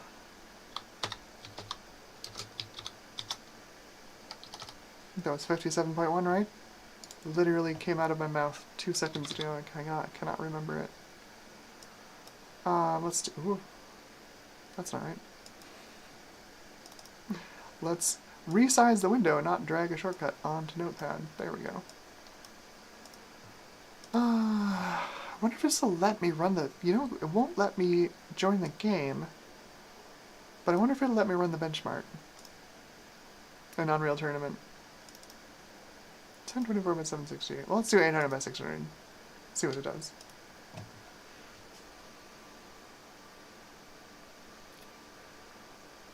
I bet this won't complete. That's my bet. The CPU cooler is at least like pushing some air along the backside of the Voodoo 5, but that front VSA chip is not getting any backside cooling really.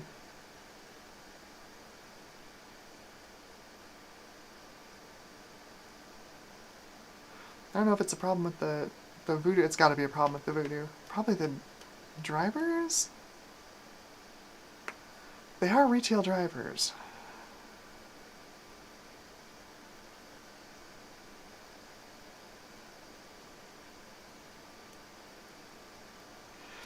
Martin Mac asks, is it toasty? It's not especially toasty. It's warm. Like it's doing work. It feels warm. Like you'd expect for doing, you know, graphics card work. But it's not toasty. It's not like Voodoo Banshee with no fan pointed at it toasty.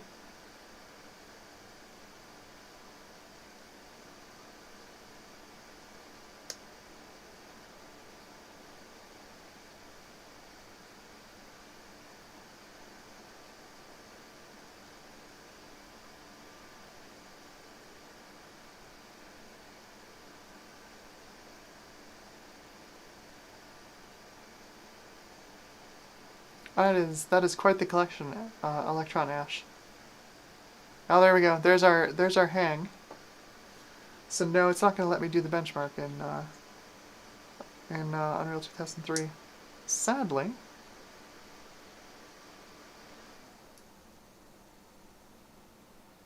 What else can we benchmark on this thing? Quake 3, you can do Quake 2.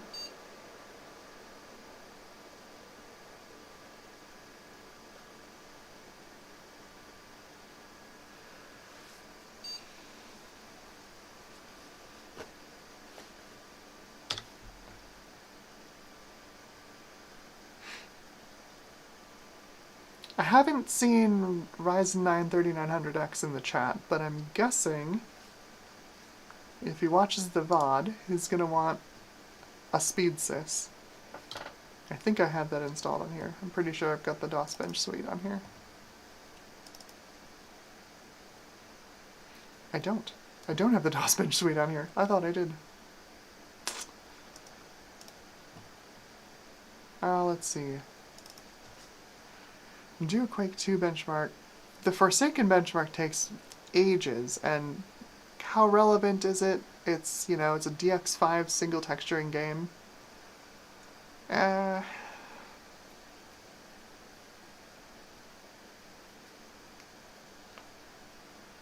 we'll do Quake 2.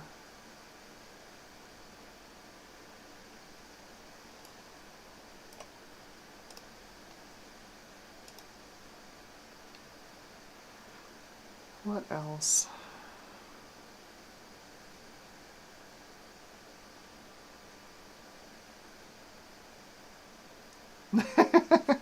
Gutbomb says, speed sis! Yeah, I could do the thing. I could do the thing again.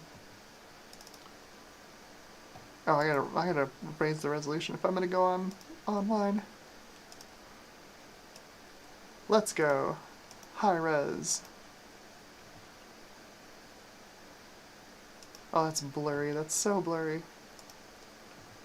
Can I set this? Yeah, let's set this to a lower refresh rate. That should be a little less blurry. There we go. A little less data going over the cable. And by data, I mean voltage pulses.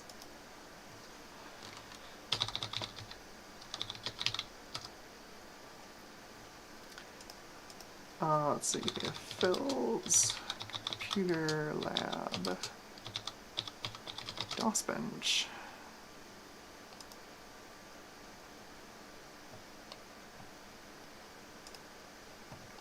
Grab that download.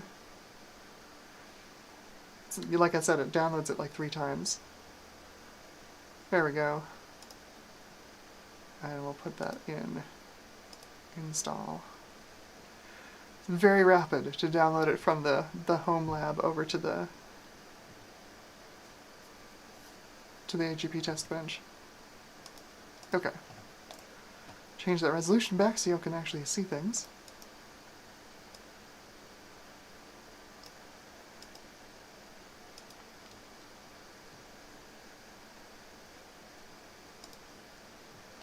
Okay.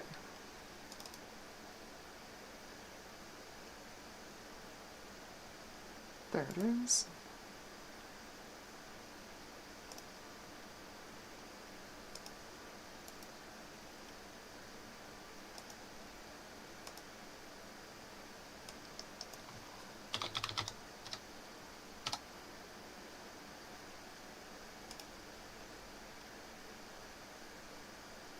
There we go. Got a bench folder. Beautiful. Let's see if we can make this work. Restart in MS-DOS mode. Because I don't actually have my... I usually have a clever config-sys and auto-exec that pair that give me a menu system, so I can boot straight into DOS. But this thing was specifically made to, like, do Windows 98 3D games. So, let's see, we'll go to bench, Testbench. Do we have high mem? I have no idea. We do. Hey, look at that. Testbench. Speedsys, sorry. Hooray, Speedsys.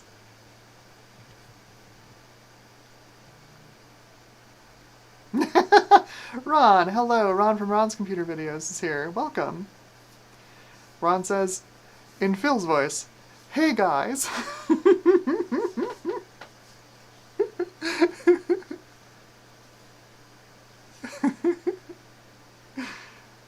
You always know it's Phil. Start watching a Phil video, you always know it's Phil. Well, there you go. This is my AGP Testbench. This is the kind of performance it does. It's quite fast. Even then, like, it's not fast enough to test a lot of the higher end AGP cards out there. I think possibly the Voodoo 5 included, but I don't know if I don't know if I'll ever find anything that's gonna actually be faster. That doesn't cost an arm and a leg.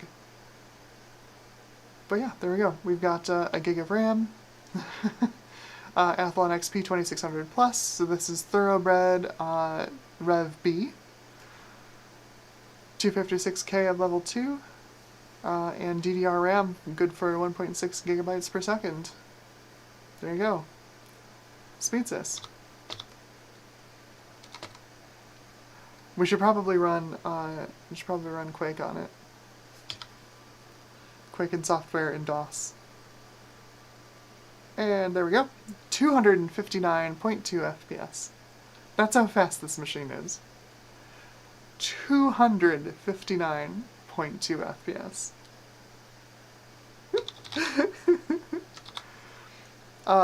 We should have pretty good VSA support on the Voodoo 5, so let's do, I guess just do a fast vid. It should work.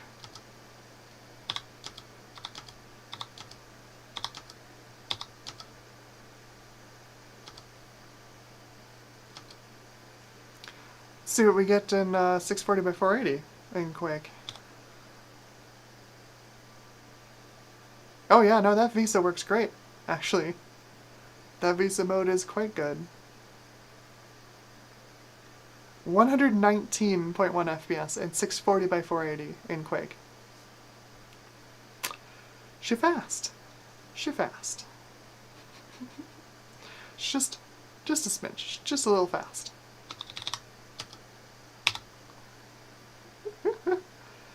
3D bench. Okay, fine, I'll do 3D bench. 3D bench is for like 486s. Faster PCs for like Pentium 60s. But here you go. Don't blink.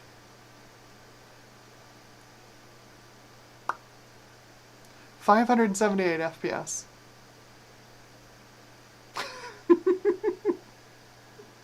It's just a little fast. It's just a little fast. What do PC Player? Everybody loves PC Player too.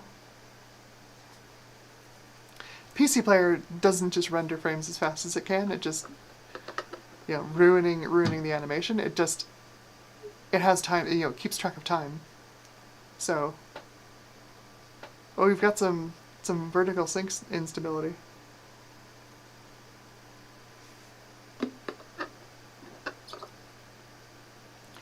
.409 FPS. 409 FPS. Yeah, this machine's a little fast. Just a little bit.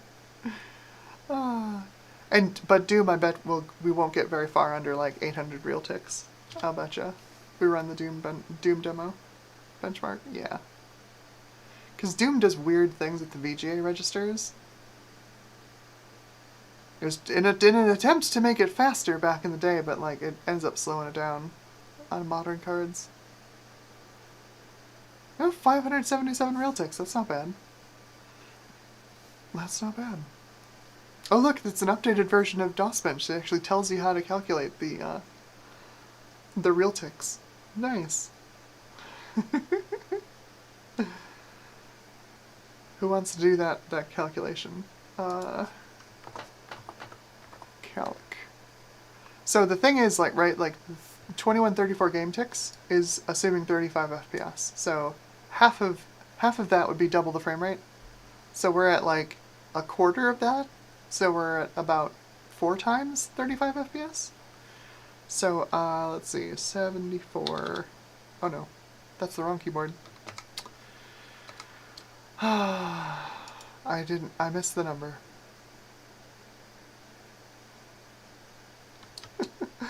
Just have to do the Doom benchmark again and not press the wrong keyboard. Too many keyboards on my desk.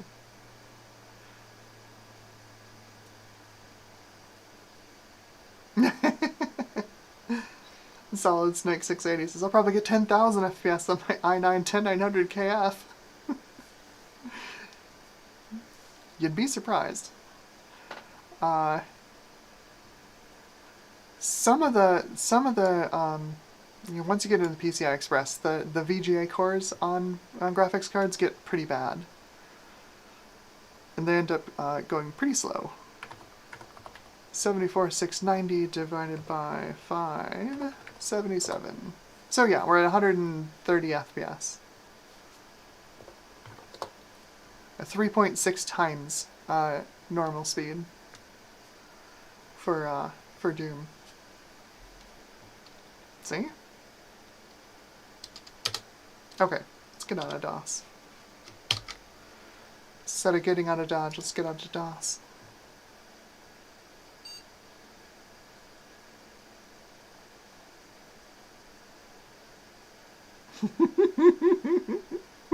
Garth Beagle, when I was running 3D Bench, hell, hell, hell!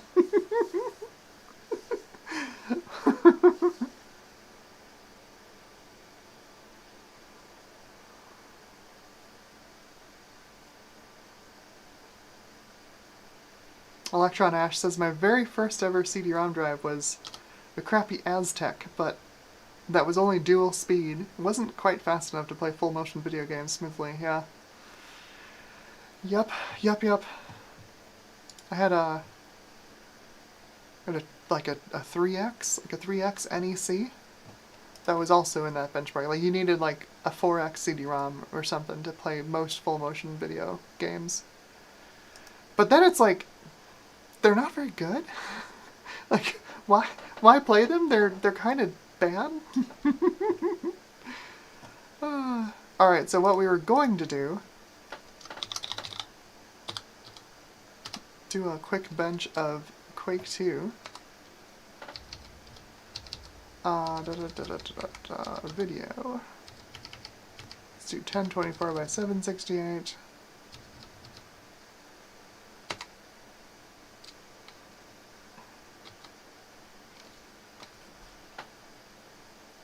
I wonder.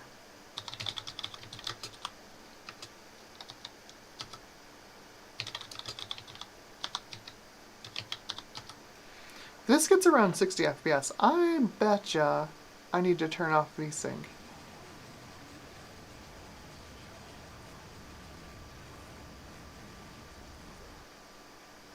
No, there we go. 95.3 FPS. That's better. That's better. Okay, 95.3.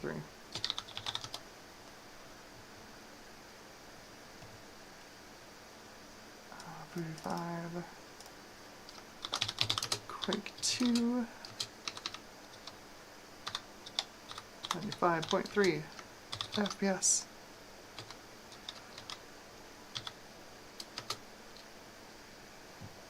What else? Oh, I think I have some 3D marks on here, maybe. 3D marks on this thing? I have tech demos on here. I had a very short running experiment where I ran a channel that just posted tech demos. I think I got like a dozen of them posted before I ran out of steam. I was testing all these graphics cards for my main project, right, for doing the test of a graphics card in my collection. So I'm like, you know, while I'm testing these, I may as well like run their tech demos and record them. Might be fun. I got a few uploaded. I should do some more though, because like I'm constantly like trying to reference a tech demo. I'm like, I know I had that one recorded, and then I don't have it recorded. So I should get back to that.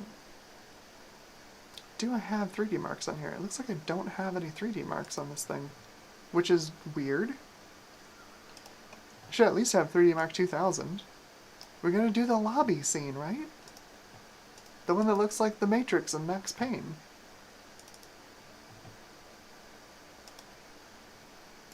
Change my resolution again.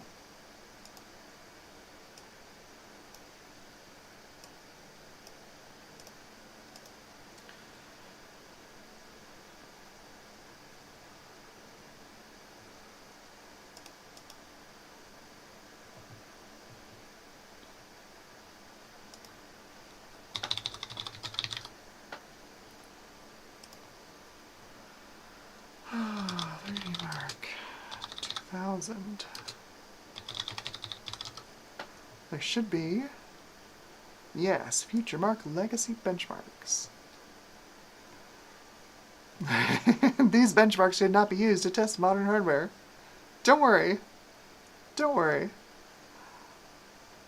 It's still wild to me that, like, Underwriters Laboratories bought Mad Onion, Future Mark Corporation, and, like, they're just, you know, they're just a bunch of, like, demo scene nerds making benchmarks, and then Underwriters Laboratories buys them.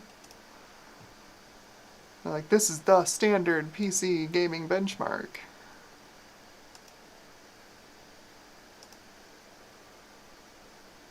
Nice. 20 megs. Not bad.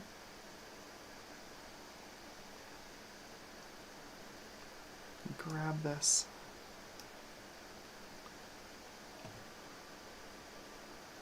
Can I copy this? Does that copy correctly? I haven't actually tried copying text out of browse service. That should be interesting to see.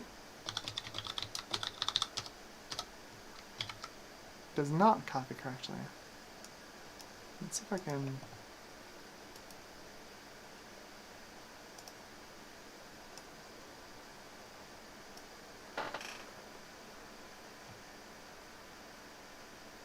That's bookmark.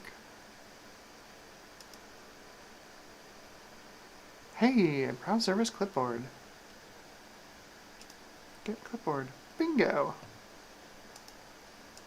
Beautiful. Hey, hey, look at that.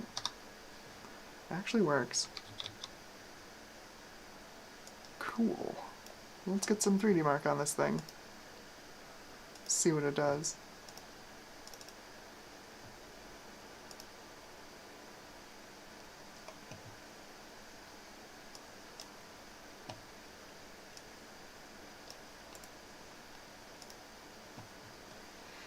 I'm going to be extra cursed and change the resolution on it while it's installing. It certainly won't cause any problems.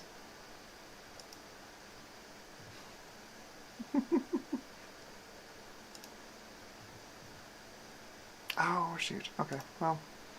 Text will be a little bit blurry, sorry. Yep, next install, thank you.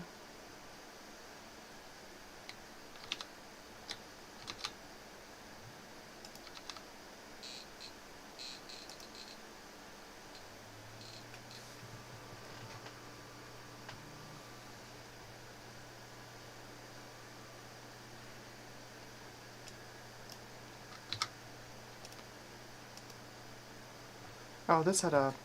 I had to put in, like, Future Mark, didn't I? Maybe not. Let's try. Nope, I probably have to put in Future Mark. There we go. Okay.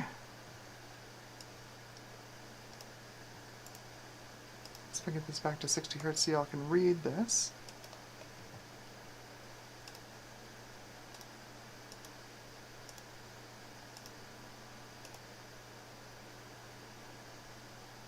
There we go. That's less blurry. Let's do some 3D Mark.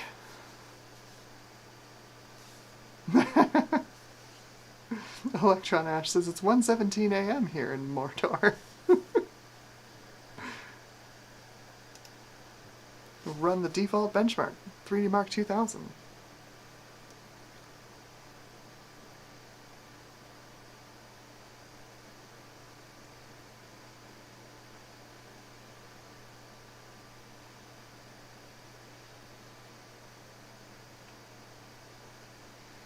Garth says, I think I think you were talking about the tech demos. That'd be cool to see. I've got some NVIDIA and ATI tech demos for Mac. That'd be interesting. I didn't realize that they ported any of those, or are they unique tech demos for the Mac? Because that would be kind of cool to see.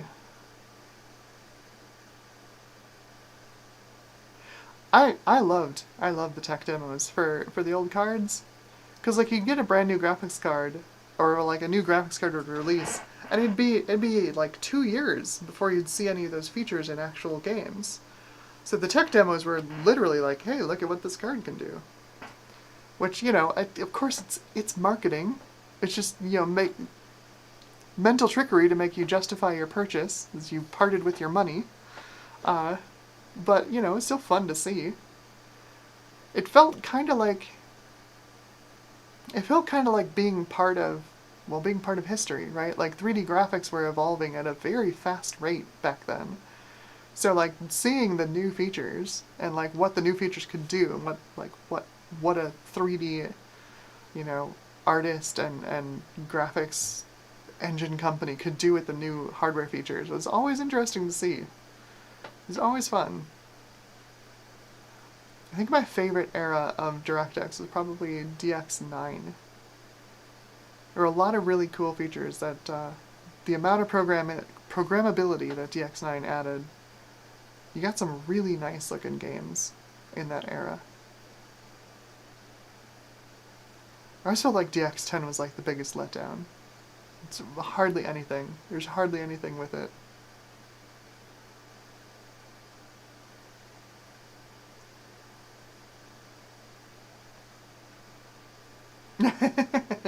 Yes, Solid Snake. We are running 3D Mark 2000.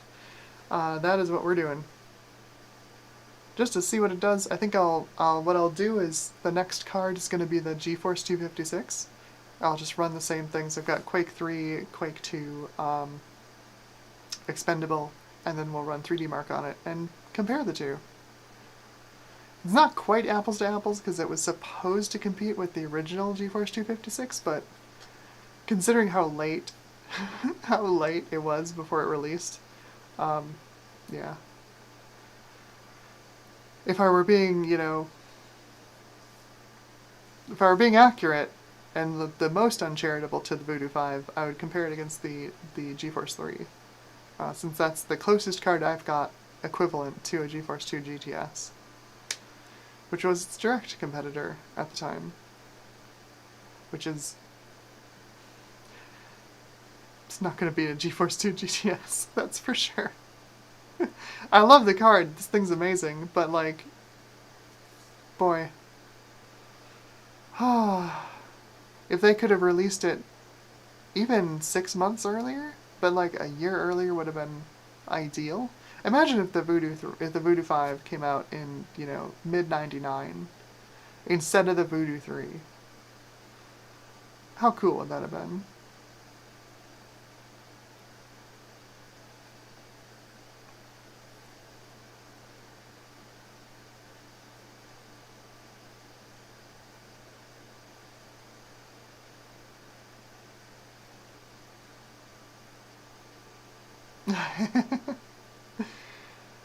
Oh, Yinzi's in horizontal mode.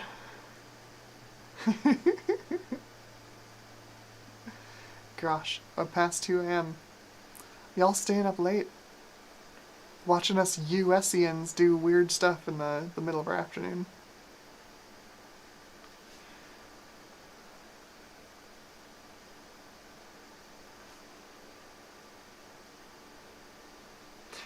Alright, that's fair. Yeah, I can do the Radeon instead. It's like I said, I've got a Radeon DDR here. And on a system this powerful, the Radeon's faster. It's faster than the GeForce. This is from a technical level, the Radeon's a really good chip.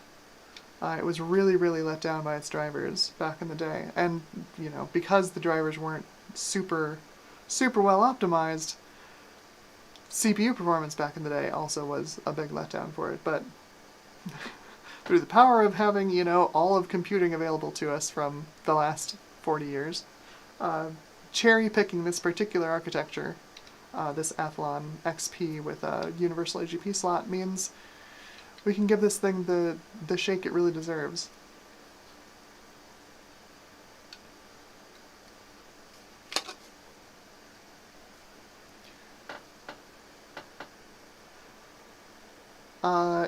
That fan looks real dirty. Doesn't sound great. None of my ATI cards from this era have great fans. They're all, like, dusty and dirty, and they're impossible to clean because they're super small. I don't like them at all. They're all noisy and gross. But these are not cards that I'm going to be running for a very long time. You know, like a couple of hours at most. Run some benchmarks, collect some B-roll. That's about it. So let me grab a screenshot of this. Use the correct keyboard.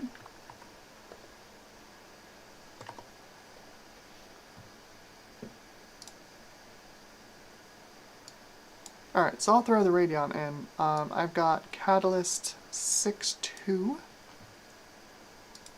I think that's the agreed upon least worst driver for Windows 98 for the ATI cards.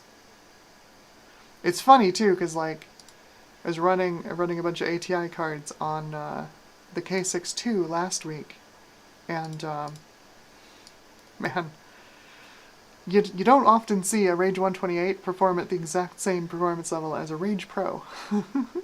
But that's how bad the drivers were. Let's see, that is Voodoo 5, 3D Mark 2000. Save, okay. Let's power off and throw in the Radeon. Let's see what the Radeon does.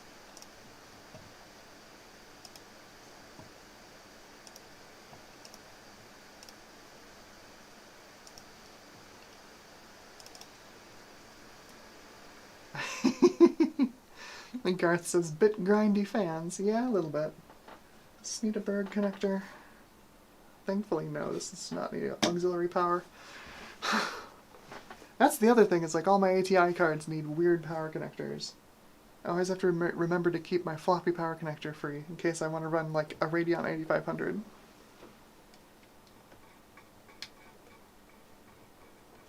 Come on, get out of there. This does not want to release the Molex connector. Switch over to desktop so y'all can see.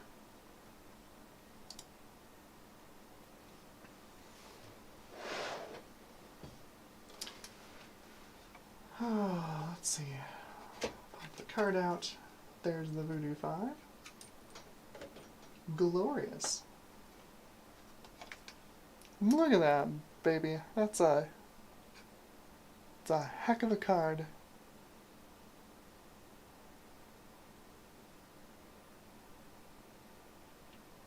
Let's see if I can get this Molex connector out now. Ah, it's like stuck in there. I hate these.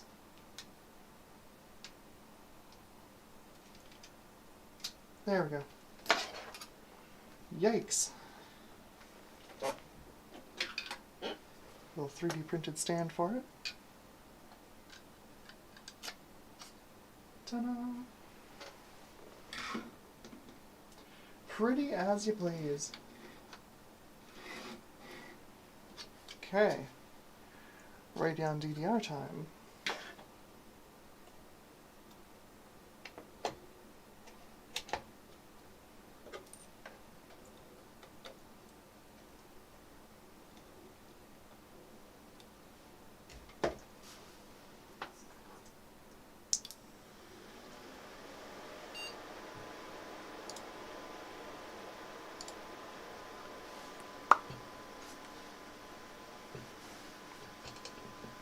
This has been running in this machine before, so we'll see if Windows just, like, figures out the drivers. If not, I do have the installer on there.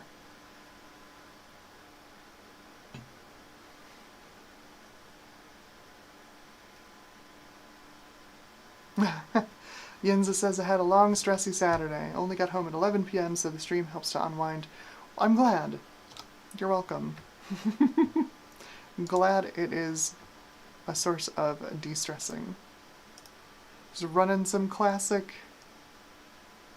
This will just do it. It's running some classic vintage PC hardware. Yeah, no, this is already running with the driver installed.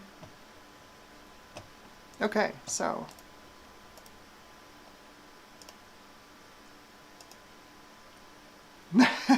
yeah, thinks it's a Radeon 7200.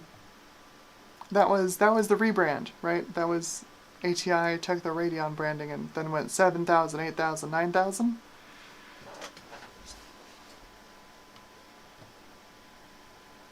Okay, so we're gonna do...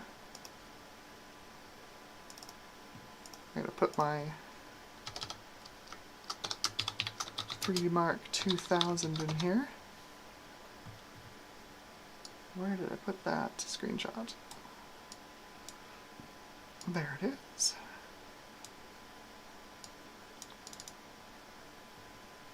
$56.68 3D Marks.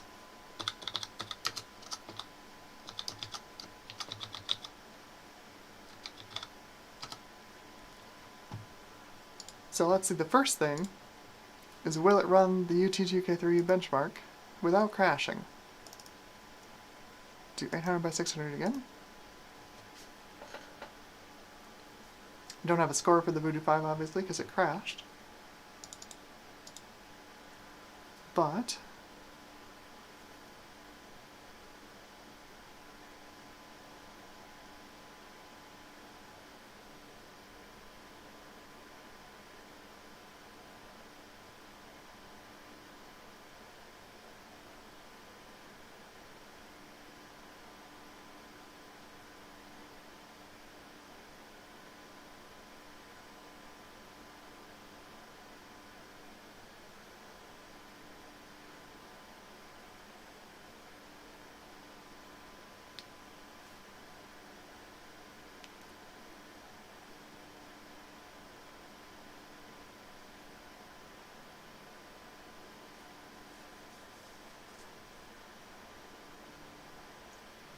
there's some weird wobbly polygons in the skybox on that run through.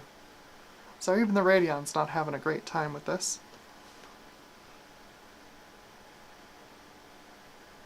Which makes sense. I mean, this is technically a DirectX 8 game. It does have a DX7 render path, because everybody and their mom had a GeForce 2 MX back in the day. It was kind of funny. Like these days you see companies release games that are like, you cannot run it unless you have the newest hardware. But back in the day, like, the market was GeForce 2 MX and then GeForce 4 MX because that's what everybody could afford. So developers actually like made render paths that would work with those cards because that's where most of their player base was. It's unthinkable. Make a game so people can actually play it. Like even Half-Life 2 had a DX7 render path. It didn't look great, but it had a DX7 render path.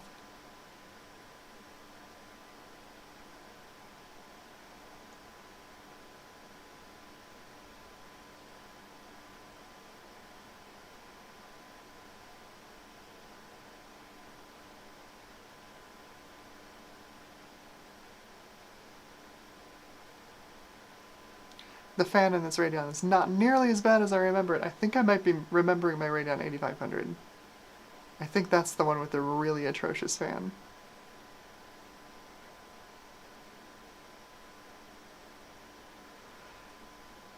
Those ragdoll death effects.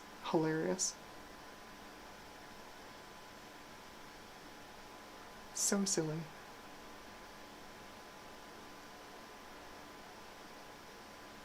What should we do for our death animations? Ah, just ragdoll. Just ragdoll the player characters.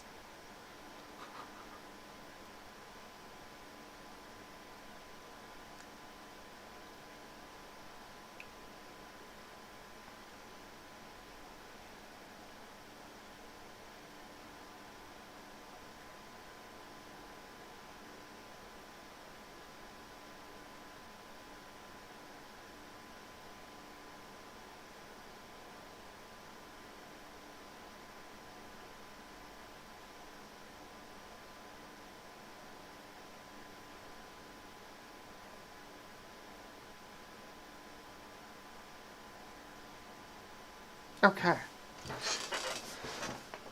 Here we go. Yeah, 72 FPS on the flyby. That's the GPU heavy part. The bot match is always going to be pretty low FPS because it's running on the CPU. So let's do some comparison benchmarks then. So start out with Expendable. Lower the game sound, assuming it's still working. This Expendable is so loud. Alright, so 1024 by, what did I do? 768 32-bit color? Yeah. 1024 by 768 by 32-bit color.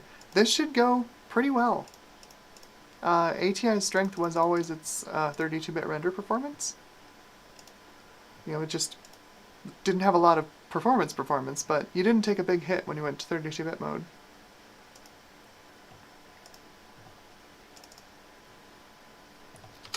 The Radeon should shine pretty well here. It's got a pretty good amount of fill rate.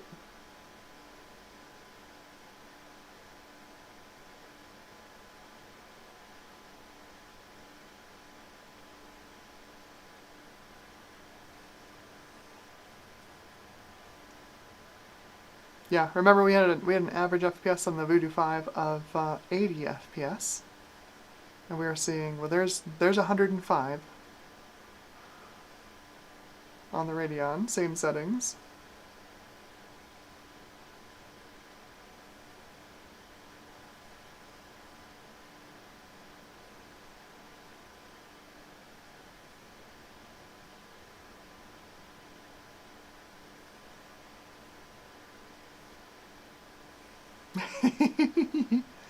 Yeah, this is the old Expendable benchmark. Solid Snake 680 says, wow, that's moving at hyper speed. This is, you know, I never even knew what the heck this was, because I'd read, like, the card reviews in Anandtech and Tom's Hardware and whatever, and they're like, oh yeah, here's its score in Expendable. I'm like, okay, the heck is Expendable? It wasn't until I started, like, you know, testing vintage graphics cards that I was like, oh wait, that's a game and there's a demo and you can download it and it's pretty much comparable to the scores in the old magazines. Okay. It looks like it would be really difficult to play because, you know, you didn't what did you have for a gamepad at the time on PC? You had like those terrible game port joypads. They're all just really bad. Or, you know, God forbid you play this with a keyboard and mouse. I can just imagine the controls. I haven't actually played it. I haven't actually played the game. I've just been running the demo for the benchmark. I have no idea what it's like to play. Okay, so here's your first comparison. The Voodoo 5 versus the Radeon DDR. 80 FPS on the Voodoo 5 versus 103 on the Radeon. The Radeon's not bad. Once you give it enough CPU that you can get past the driver issues. She fast. She fast.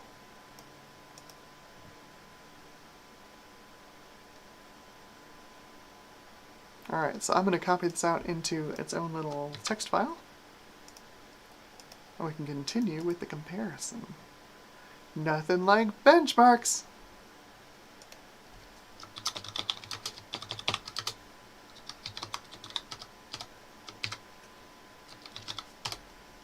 Okay. Next up, Quake 3.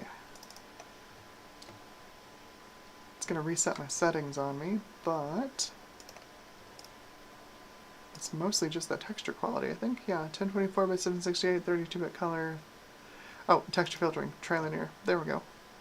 Okay. Max FPS 0. Time demo 1. Spell it right. Time demo 1. We got a Tim demo instead of a time demo. And then we'll do demo 4. Remember, this is retail Quake 3. So the built-in demo is a little bit tougher than the demo version of Quake 3's demo. Radeon has no problem with it whatsoever. None at all. And this, just like the GeForce, can use its transform and lighting engine to accelerate things like compiled vertex arrays and stuff like that, thanks to OpenGL, you know, having a concept of transform and lighting acceleration coming from the workstation space. And that nets us quite a bit more FPS. That's 96.1 FPS in Quake 3. 96.1. Okay, don't forget that. In the 3 seconds it takes you to go over here. Quake 3 retail 96.1 FPS. I got it. I love how Notepad doesn't save your window positions in this OS. So if we open up Voodoo 5, yeah, that's versus 57.1 on the Voodoo 5. Yeah. It seems a little off. I wonder if I didn't have VSync disabled on the Voodoo. That's possible. Well, let's see what it did for Quake. What the Radeon does for Quake 2, because that I know I didn't have VSync on for on the Voodoo, because that's over 95 FPS. Alright, so we'll save that and close these. Quake 2.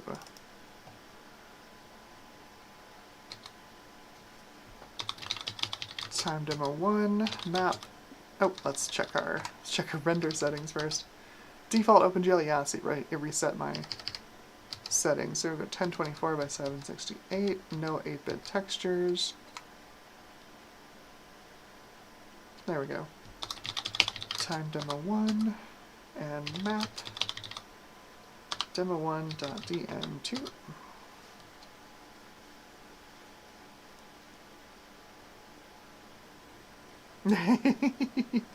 Solid Snake 680 says I would also benchmark my hardware in Expendable just for the shits and giggles.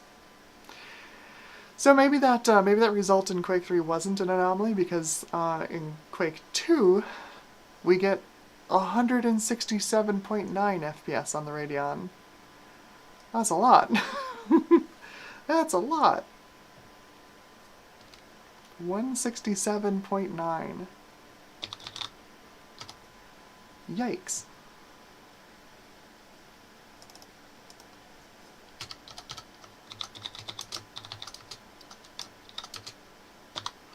$67.9, not bad at all. So the fun part, so Solid Snake, you laugh at benchmarking your stuff on Expendable. It's, you know, it's not a challenge for like modern graphics cards, but it, unlike a lot of games from the Windows 98 era, it'll let you run the game in any resolution that DirectX returns to the game. Like when the game queries DirectX for what resolutions can you run in, it'll let you run in any of those. There's no restrictions on your resolution. So you can run Expendable at 4K. If you've got a card that runs in like Windows XP or whatever, because Expendable will run in XP, and it'll do 4K resolution, you can run the game in 4K. It's kind of nuts. It's kind of nuts. A lot of games back in the day didn't let you do that. You had a resolution restriction, for whatever reason. Whether it was like the engine programming like couldn't handle higher resolutions, or they just threw in like 5 resolutions they thought everybody would use. Or if like your art assets were like, you know, optimized for certain resolutions.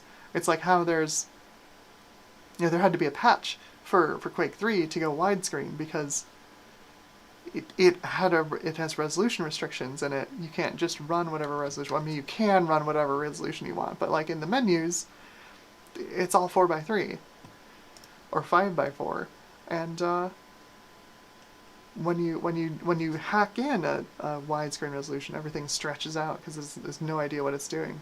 But Expendable doesn't care. Expendable doesn't care. It's funny.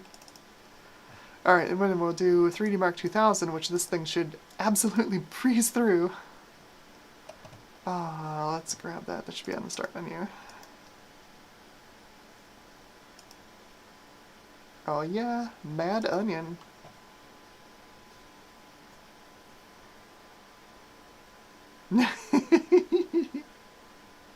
Okay, Solid Snake understands. Yes, it's funny. It's funny that it lets you do whatever resolution you want, and yes, like maybe up to 8K. If you have a card that'll do it, and it'll run Expendable, go for it.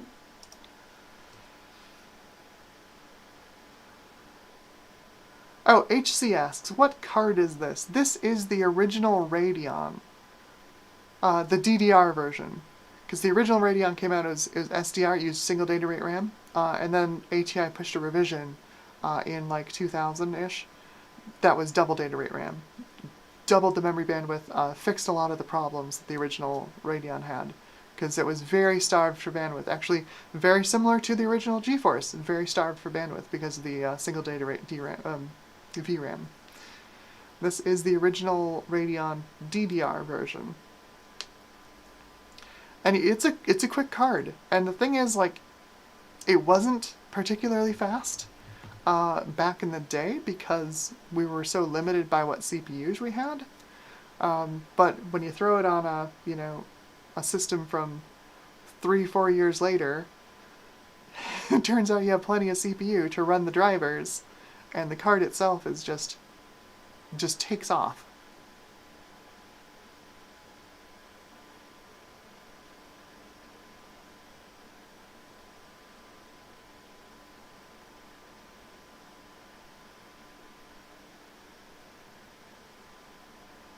Yinza asks, do you think a GTX 960 has Windows XP drivers? I'm thinking of getting a 4K 120 OLED TV soon. Because this sounds like a thing I have to test. I don't know. I know Kepler will run an XP. But I don't know if Maxwell will. That's a good question.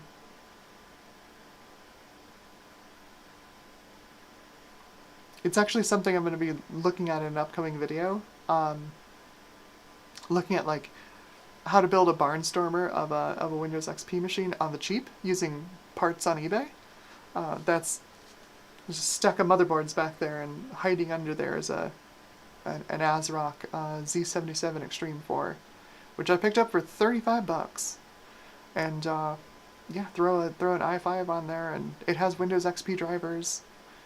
Throw on a Kepler graphics card. You should have a pretty fast XP system. Pretty darn fast XP system. Especially if you like use like a 2500K and give it a little overclock. Little overclock.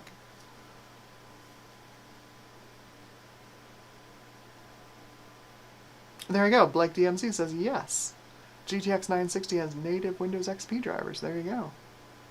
Maxwell. Maybe I'll pick up a Maxwell card.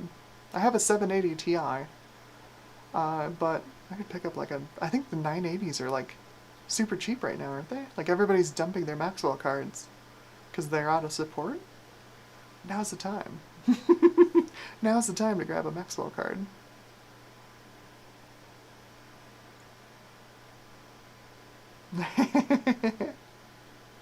I'd be interested to see if you can get Expendable running on semi-modern hardware. That'd be pretty fun. How far can you push it? How fast will it go? Because at some point, like lower resolutions, you'll see a CPU bottleneck, right? Like you go up in resolution, and the average frame rate won't change, and then eventually you'll start to see the frame rate start to go down, and that's when you're finally starting to get into like a GPU bottleneck. You're actually testing the GPU. You're not just testing, the CPU and the RAM and the frontside bus of your system. So it'd be interesting to see like how high a resolution do you have to go on a modern system, a semi-modern system, to get Expendable to actually start stressing out your graphics card. Because like it was a rough benchmark for the DX6, DX7 era, but like above, for most things, it's not that rough. There's not that many polygons in it. There's a lot of alpha blending effects, but like that's it. That's it. There's no pixel shading. I think there's multi-texturing, but not a ton. You have to patch it even to get a pixel shader on the water with the Matrox cards. They had the environmental bump mapping, like one of the first instances of a pixel shader. But you had to patch the game. You need the retail version to patch it and get that water effect. Otherwise, there's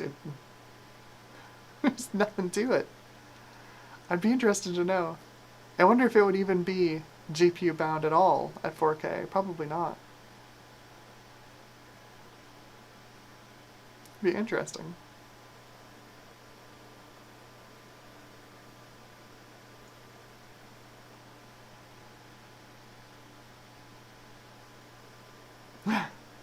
Yinza says, my GTX 960 served me well, until just before the GPU shortage, when I got a second-hand RX 5700 XT, just before its price tripled. Nice. Not bad at all. 5700 XT is a pretty nice card, honestly. I don't know if anybody's been seeing the videos I've been doing of like cheap graphics cards, but like I tested a 5600 XT and like it's a good card, honestly. Under $100, you get a fair amount of GPU performance out of it. Our DNA1 is pretty great. I wish they'd made a big Navi, like we kept hoping for, back when RDNA was released. So interestingly, not that many more 3D marks. It's faster, but not like dramatically faster. So let's see, Radeon DDR, 3D Mark 2000. We got 4672. No, 6472. I swear I can read. Anybody else have that thing where you look at a P and you type a B instead? It's a weird kind of dyslexia. I don't know what's going on with that. But here's our comparison then. And this was actually a comparison at the time. Like you could get a Radeon DDR, not for the price you could get, at launch you could get a Radeon DDR for the price of a Voodoo 5, but like that's pretty damning. Let me move that up there. And we'll make this a little bit smaller so folks can read it.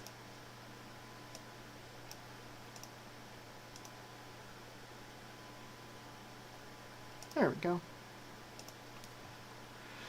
But yeah, 80 FPS in Expendable versus 103. 57 FPS in Quake 3 versus 96 FPS, almost 50% faster. No, that's more than 50% faster, right? Yeah, 60 to 90 would be 50% faster. 57 to 96 were over 50% faster. That's a lot. That's a lot. The Quake 3 is dramatic. Mostly, I'm gonna guess here, Quake 3 is the way it is because Quake 3 is really heavily multi-textured.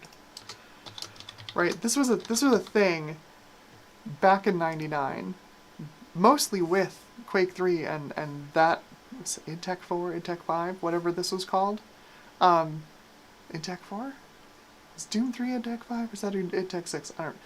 Rage was Intech 6, wasn't it? I don't know. Anyway, multi-texturing was like the big new thing, right? Like how many textures can you slap on a polygon, right? You get your base texture, you get your lighting texture, you get your detail textures, and then Quake 3 like takes it to an extra level with their like, we didn't have shaders at the time, but you could do a shader in software, right? Like you could define a shader in Quake 3 using some like prototypical shader language, And it would basically just use the multiple texture units in your graphics card to render all these little pieces of the shader. Let me see if I can show you what I mean. But like, there was so much multi-texturing, especially in Quake 3 engine games. And it's just not, it was not a thing that really continued once we had unified shaders. But the Radeon, let's see if I remember this correctly, but I believe the Radeon was one of the only, if not the only, architecture to not have 2 texture mapping units per pipe, but 3. So you could do 1 pass triple texturing. Because ATI looked at the games like this is the way things were going, was to have your base texture and your lighting texture and then a detail texture on the top. Detail textures were, that was like the big thing. You only have 16 megs of video memory, you can just put this nice, like, repeating detail texture on top of a blurry, main texture. And preserve some sense of detail, at least. Like, it was not real detail, but it felt like detail at the time. So let me run Quake 3. I'll show you what I mean by these software-defined shaders. I'm just going to make a quick LAN server. DM1, actually. There's a bunch in here I can show you.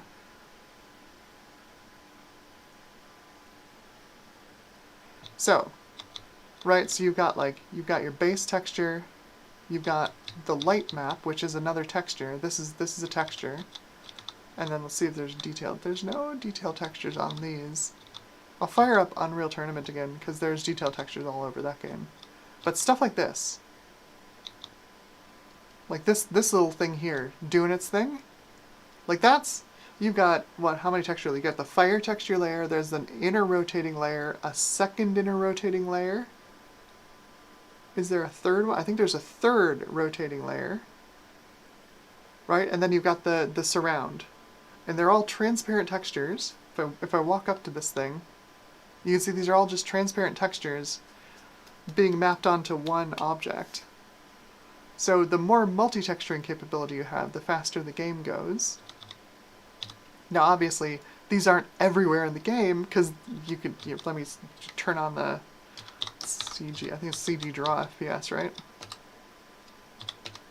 Yes, draw FPS. So we'll turn on the FPS meter here. So like we're, 100 FPS looking over this way, 100 FPS here, right? Looking back towards the rocket launcher, we're at 85 FPS. And then we walk up to this thingamabob, and wham! Down to half the frame rate, 47 FPS, because they were doing so much texturing on this one particular texture. Right? Like this was the thing back in 1999 and 2000, was how many textures can we get on one surface? It was kind of ridiculous. It was cool to see, but it was like, really? I'm sure I wasn't the only one who walked over to one of these things and noticed my frame rate, go into a third. 125 FPS, and then over here, 47. Where's another good example of this? That's my favorite example to use, is that little widget, because there's just so much silly stuff going on inside it. This is another one though. There aren't as many textures, so you can see the hit to the frame rate isn't nearly as much. In fact, we're looking at a wall. We're getting 180 FPS. That's what we should be getting. But it's another kind of thing. We've got, I believe, yeah, you've got 3 textures here, right? You've got the base texture, which is this weird round widget. You've got Q3A that appears in here, and the Quake 3 logo. And then there's a shiny spot, a simulated specular up in the corner, that doesn't interfere with the text. So you've got 3 textures here. And in this case, this card doesn't care. It's got enough texture units. Plenty of texture units. The Radeon was a weird architecture, and ATI didn't continue this with R200. There just wasn't that much benefit. There just wasn't that much benefit to it. This is another one. We've got a weird fire texture going crazy underneath basically a decal in the ground. But yeah, that's multi-texturing was wild. I think that's why the benchmark is so much higher. Not just the transform and lighting, since this engine does use it, but also the enormous amount of multi-texturing capability that the Radeon had. Let's do quit.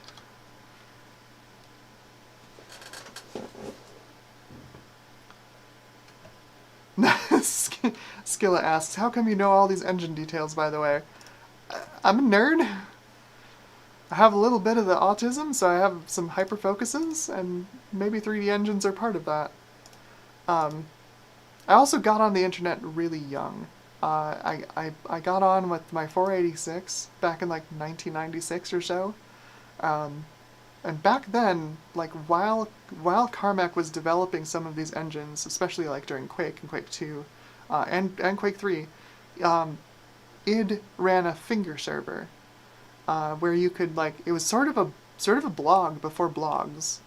You could, while you were working on something like at the company, you could make a little note, basically a blog, of what you were doing and what things you noticed, like while you were writing a piece of code, and then you'd push it to a .plan file, and anybody on the internet could, send a request to the finger server, and it would just spit out the latest .plan file from whoever you were fingering. Not a great verb, but that's what it was. And I gobbled those up. I gobbled those up back in the day, just to like sort of like try and like pick apart Carmack's brain to figure out like how he was doing all this wild cutting edge 3D technology. Some of it I retained, some of it I didn't. Don't ask me how binary space partitioning works, because I still don't understand it. But the stuff like the rendering pipeline stuff, rasterization, I don't know, I got it, I retained it, somehow it's stuck in my brain. But yeah. Another game that very famously used the extra texture mapping units in the Radeon was Serious Sam.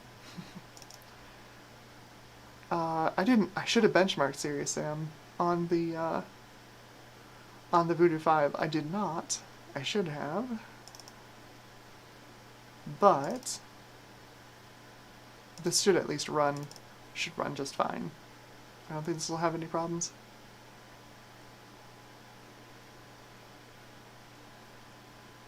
Thank you. Yinza says, Doom 3 is IdTech 4. Thank you. Yeah, I can never remember which one is which.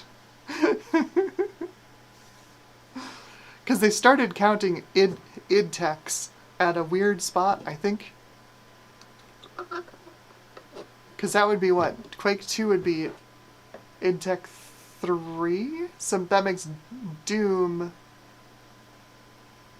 Do they count Doom as IdTech 1? Or do they not even count the Doom engine as IdTech? Is it just Quake as IdTech 1? I don't remember.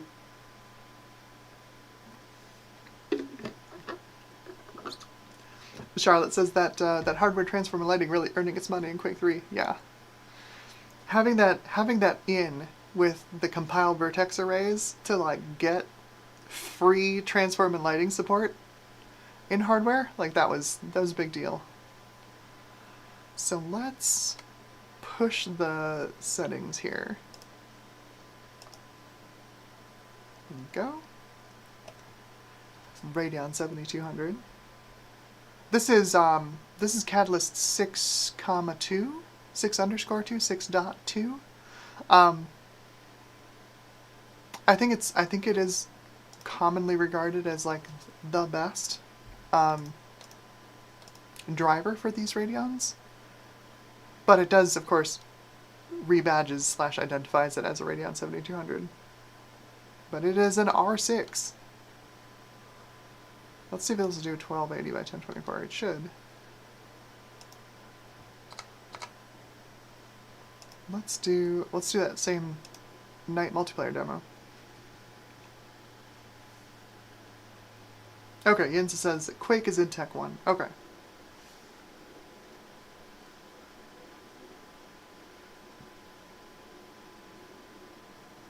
Yeah, Rage is IdTech 5. Okay. That is, God, look at that. That is glorious. That's a 1280 by 1024. You can really feel it when you get an alpha effect on the whole screen, but otherwise, that's smooth. That is smooth.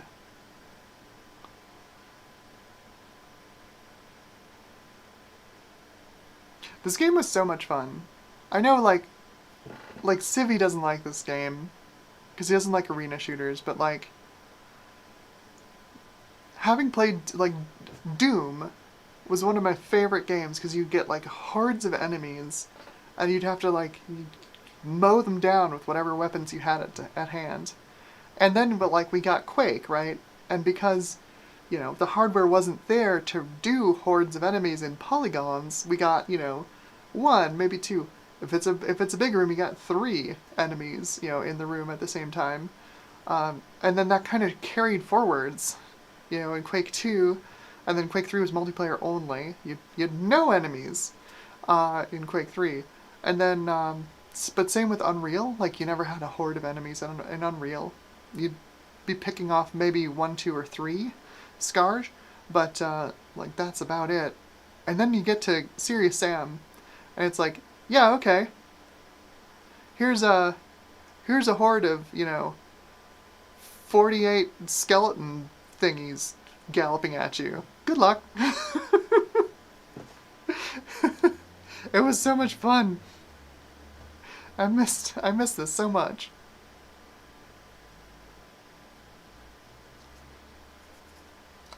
Anyway, it runs beautifully. Beautifully. Let's see if I can do...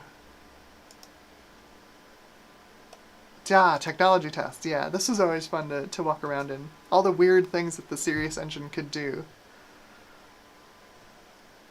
You ever look at this map? Does anybody here ever look at this map? So first of all, we have, you know, curved surfaces, because of course, curved surfaces. Why not? We'll go into the Temple of Effects. See all of the various effects that Serious Engine was capable of. But this is what I was talking about, right? Like, there's your detail texture, right? So you've got your regular texture map on there. That's, you know, clearly way blown out. It's you know, lots of binary filtering going on that texture. But then you've got a detail texture that makes it look slightly less awful at, you know, when you're close up. Good old detail textures. Making the world look slightly less crap since 1999.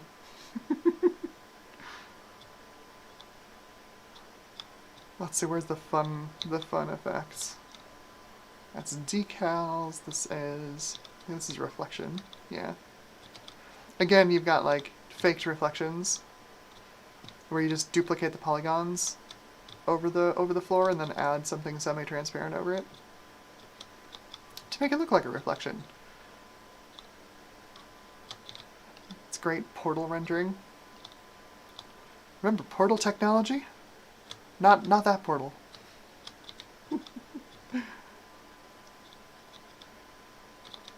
Some haze. There should be a fog effect in here. Yeah, so this is... You define an area of fog in the engine, which is pretty cool. Back in the day, you had, like, you know, prior to this engine, you'd have, you know, fog, but it wasn't defined in a volume. Procedural textures, pretty normal.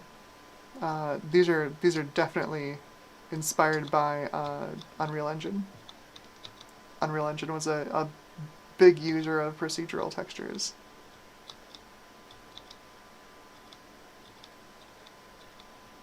You know, a harbinger of pixel shaders. Eventually you'd run that in a pixel shader. Lens flare. What else do we have in here? Anything else fun? Oh yes, dynamic lights.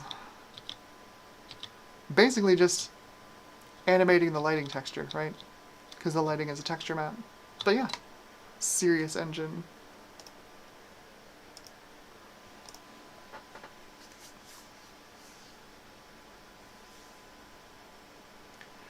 Skilla says, the most amazing part of Serious Sam was how smooth it all ran with all that pre-baked eye candy. Yeah. It was... Serious Engine was really well optimized.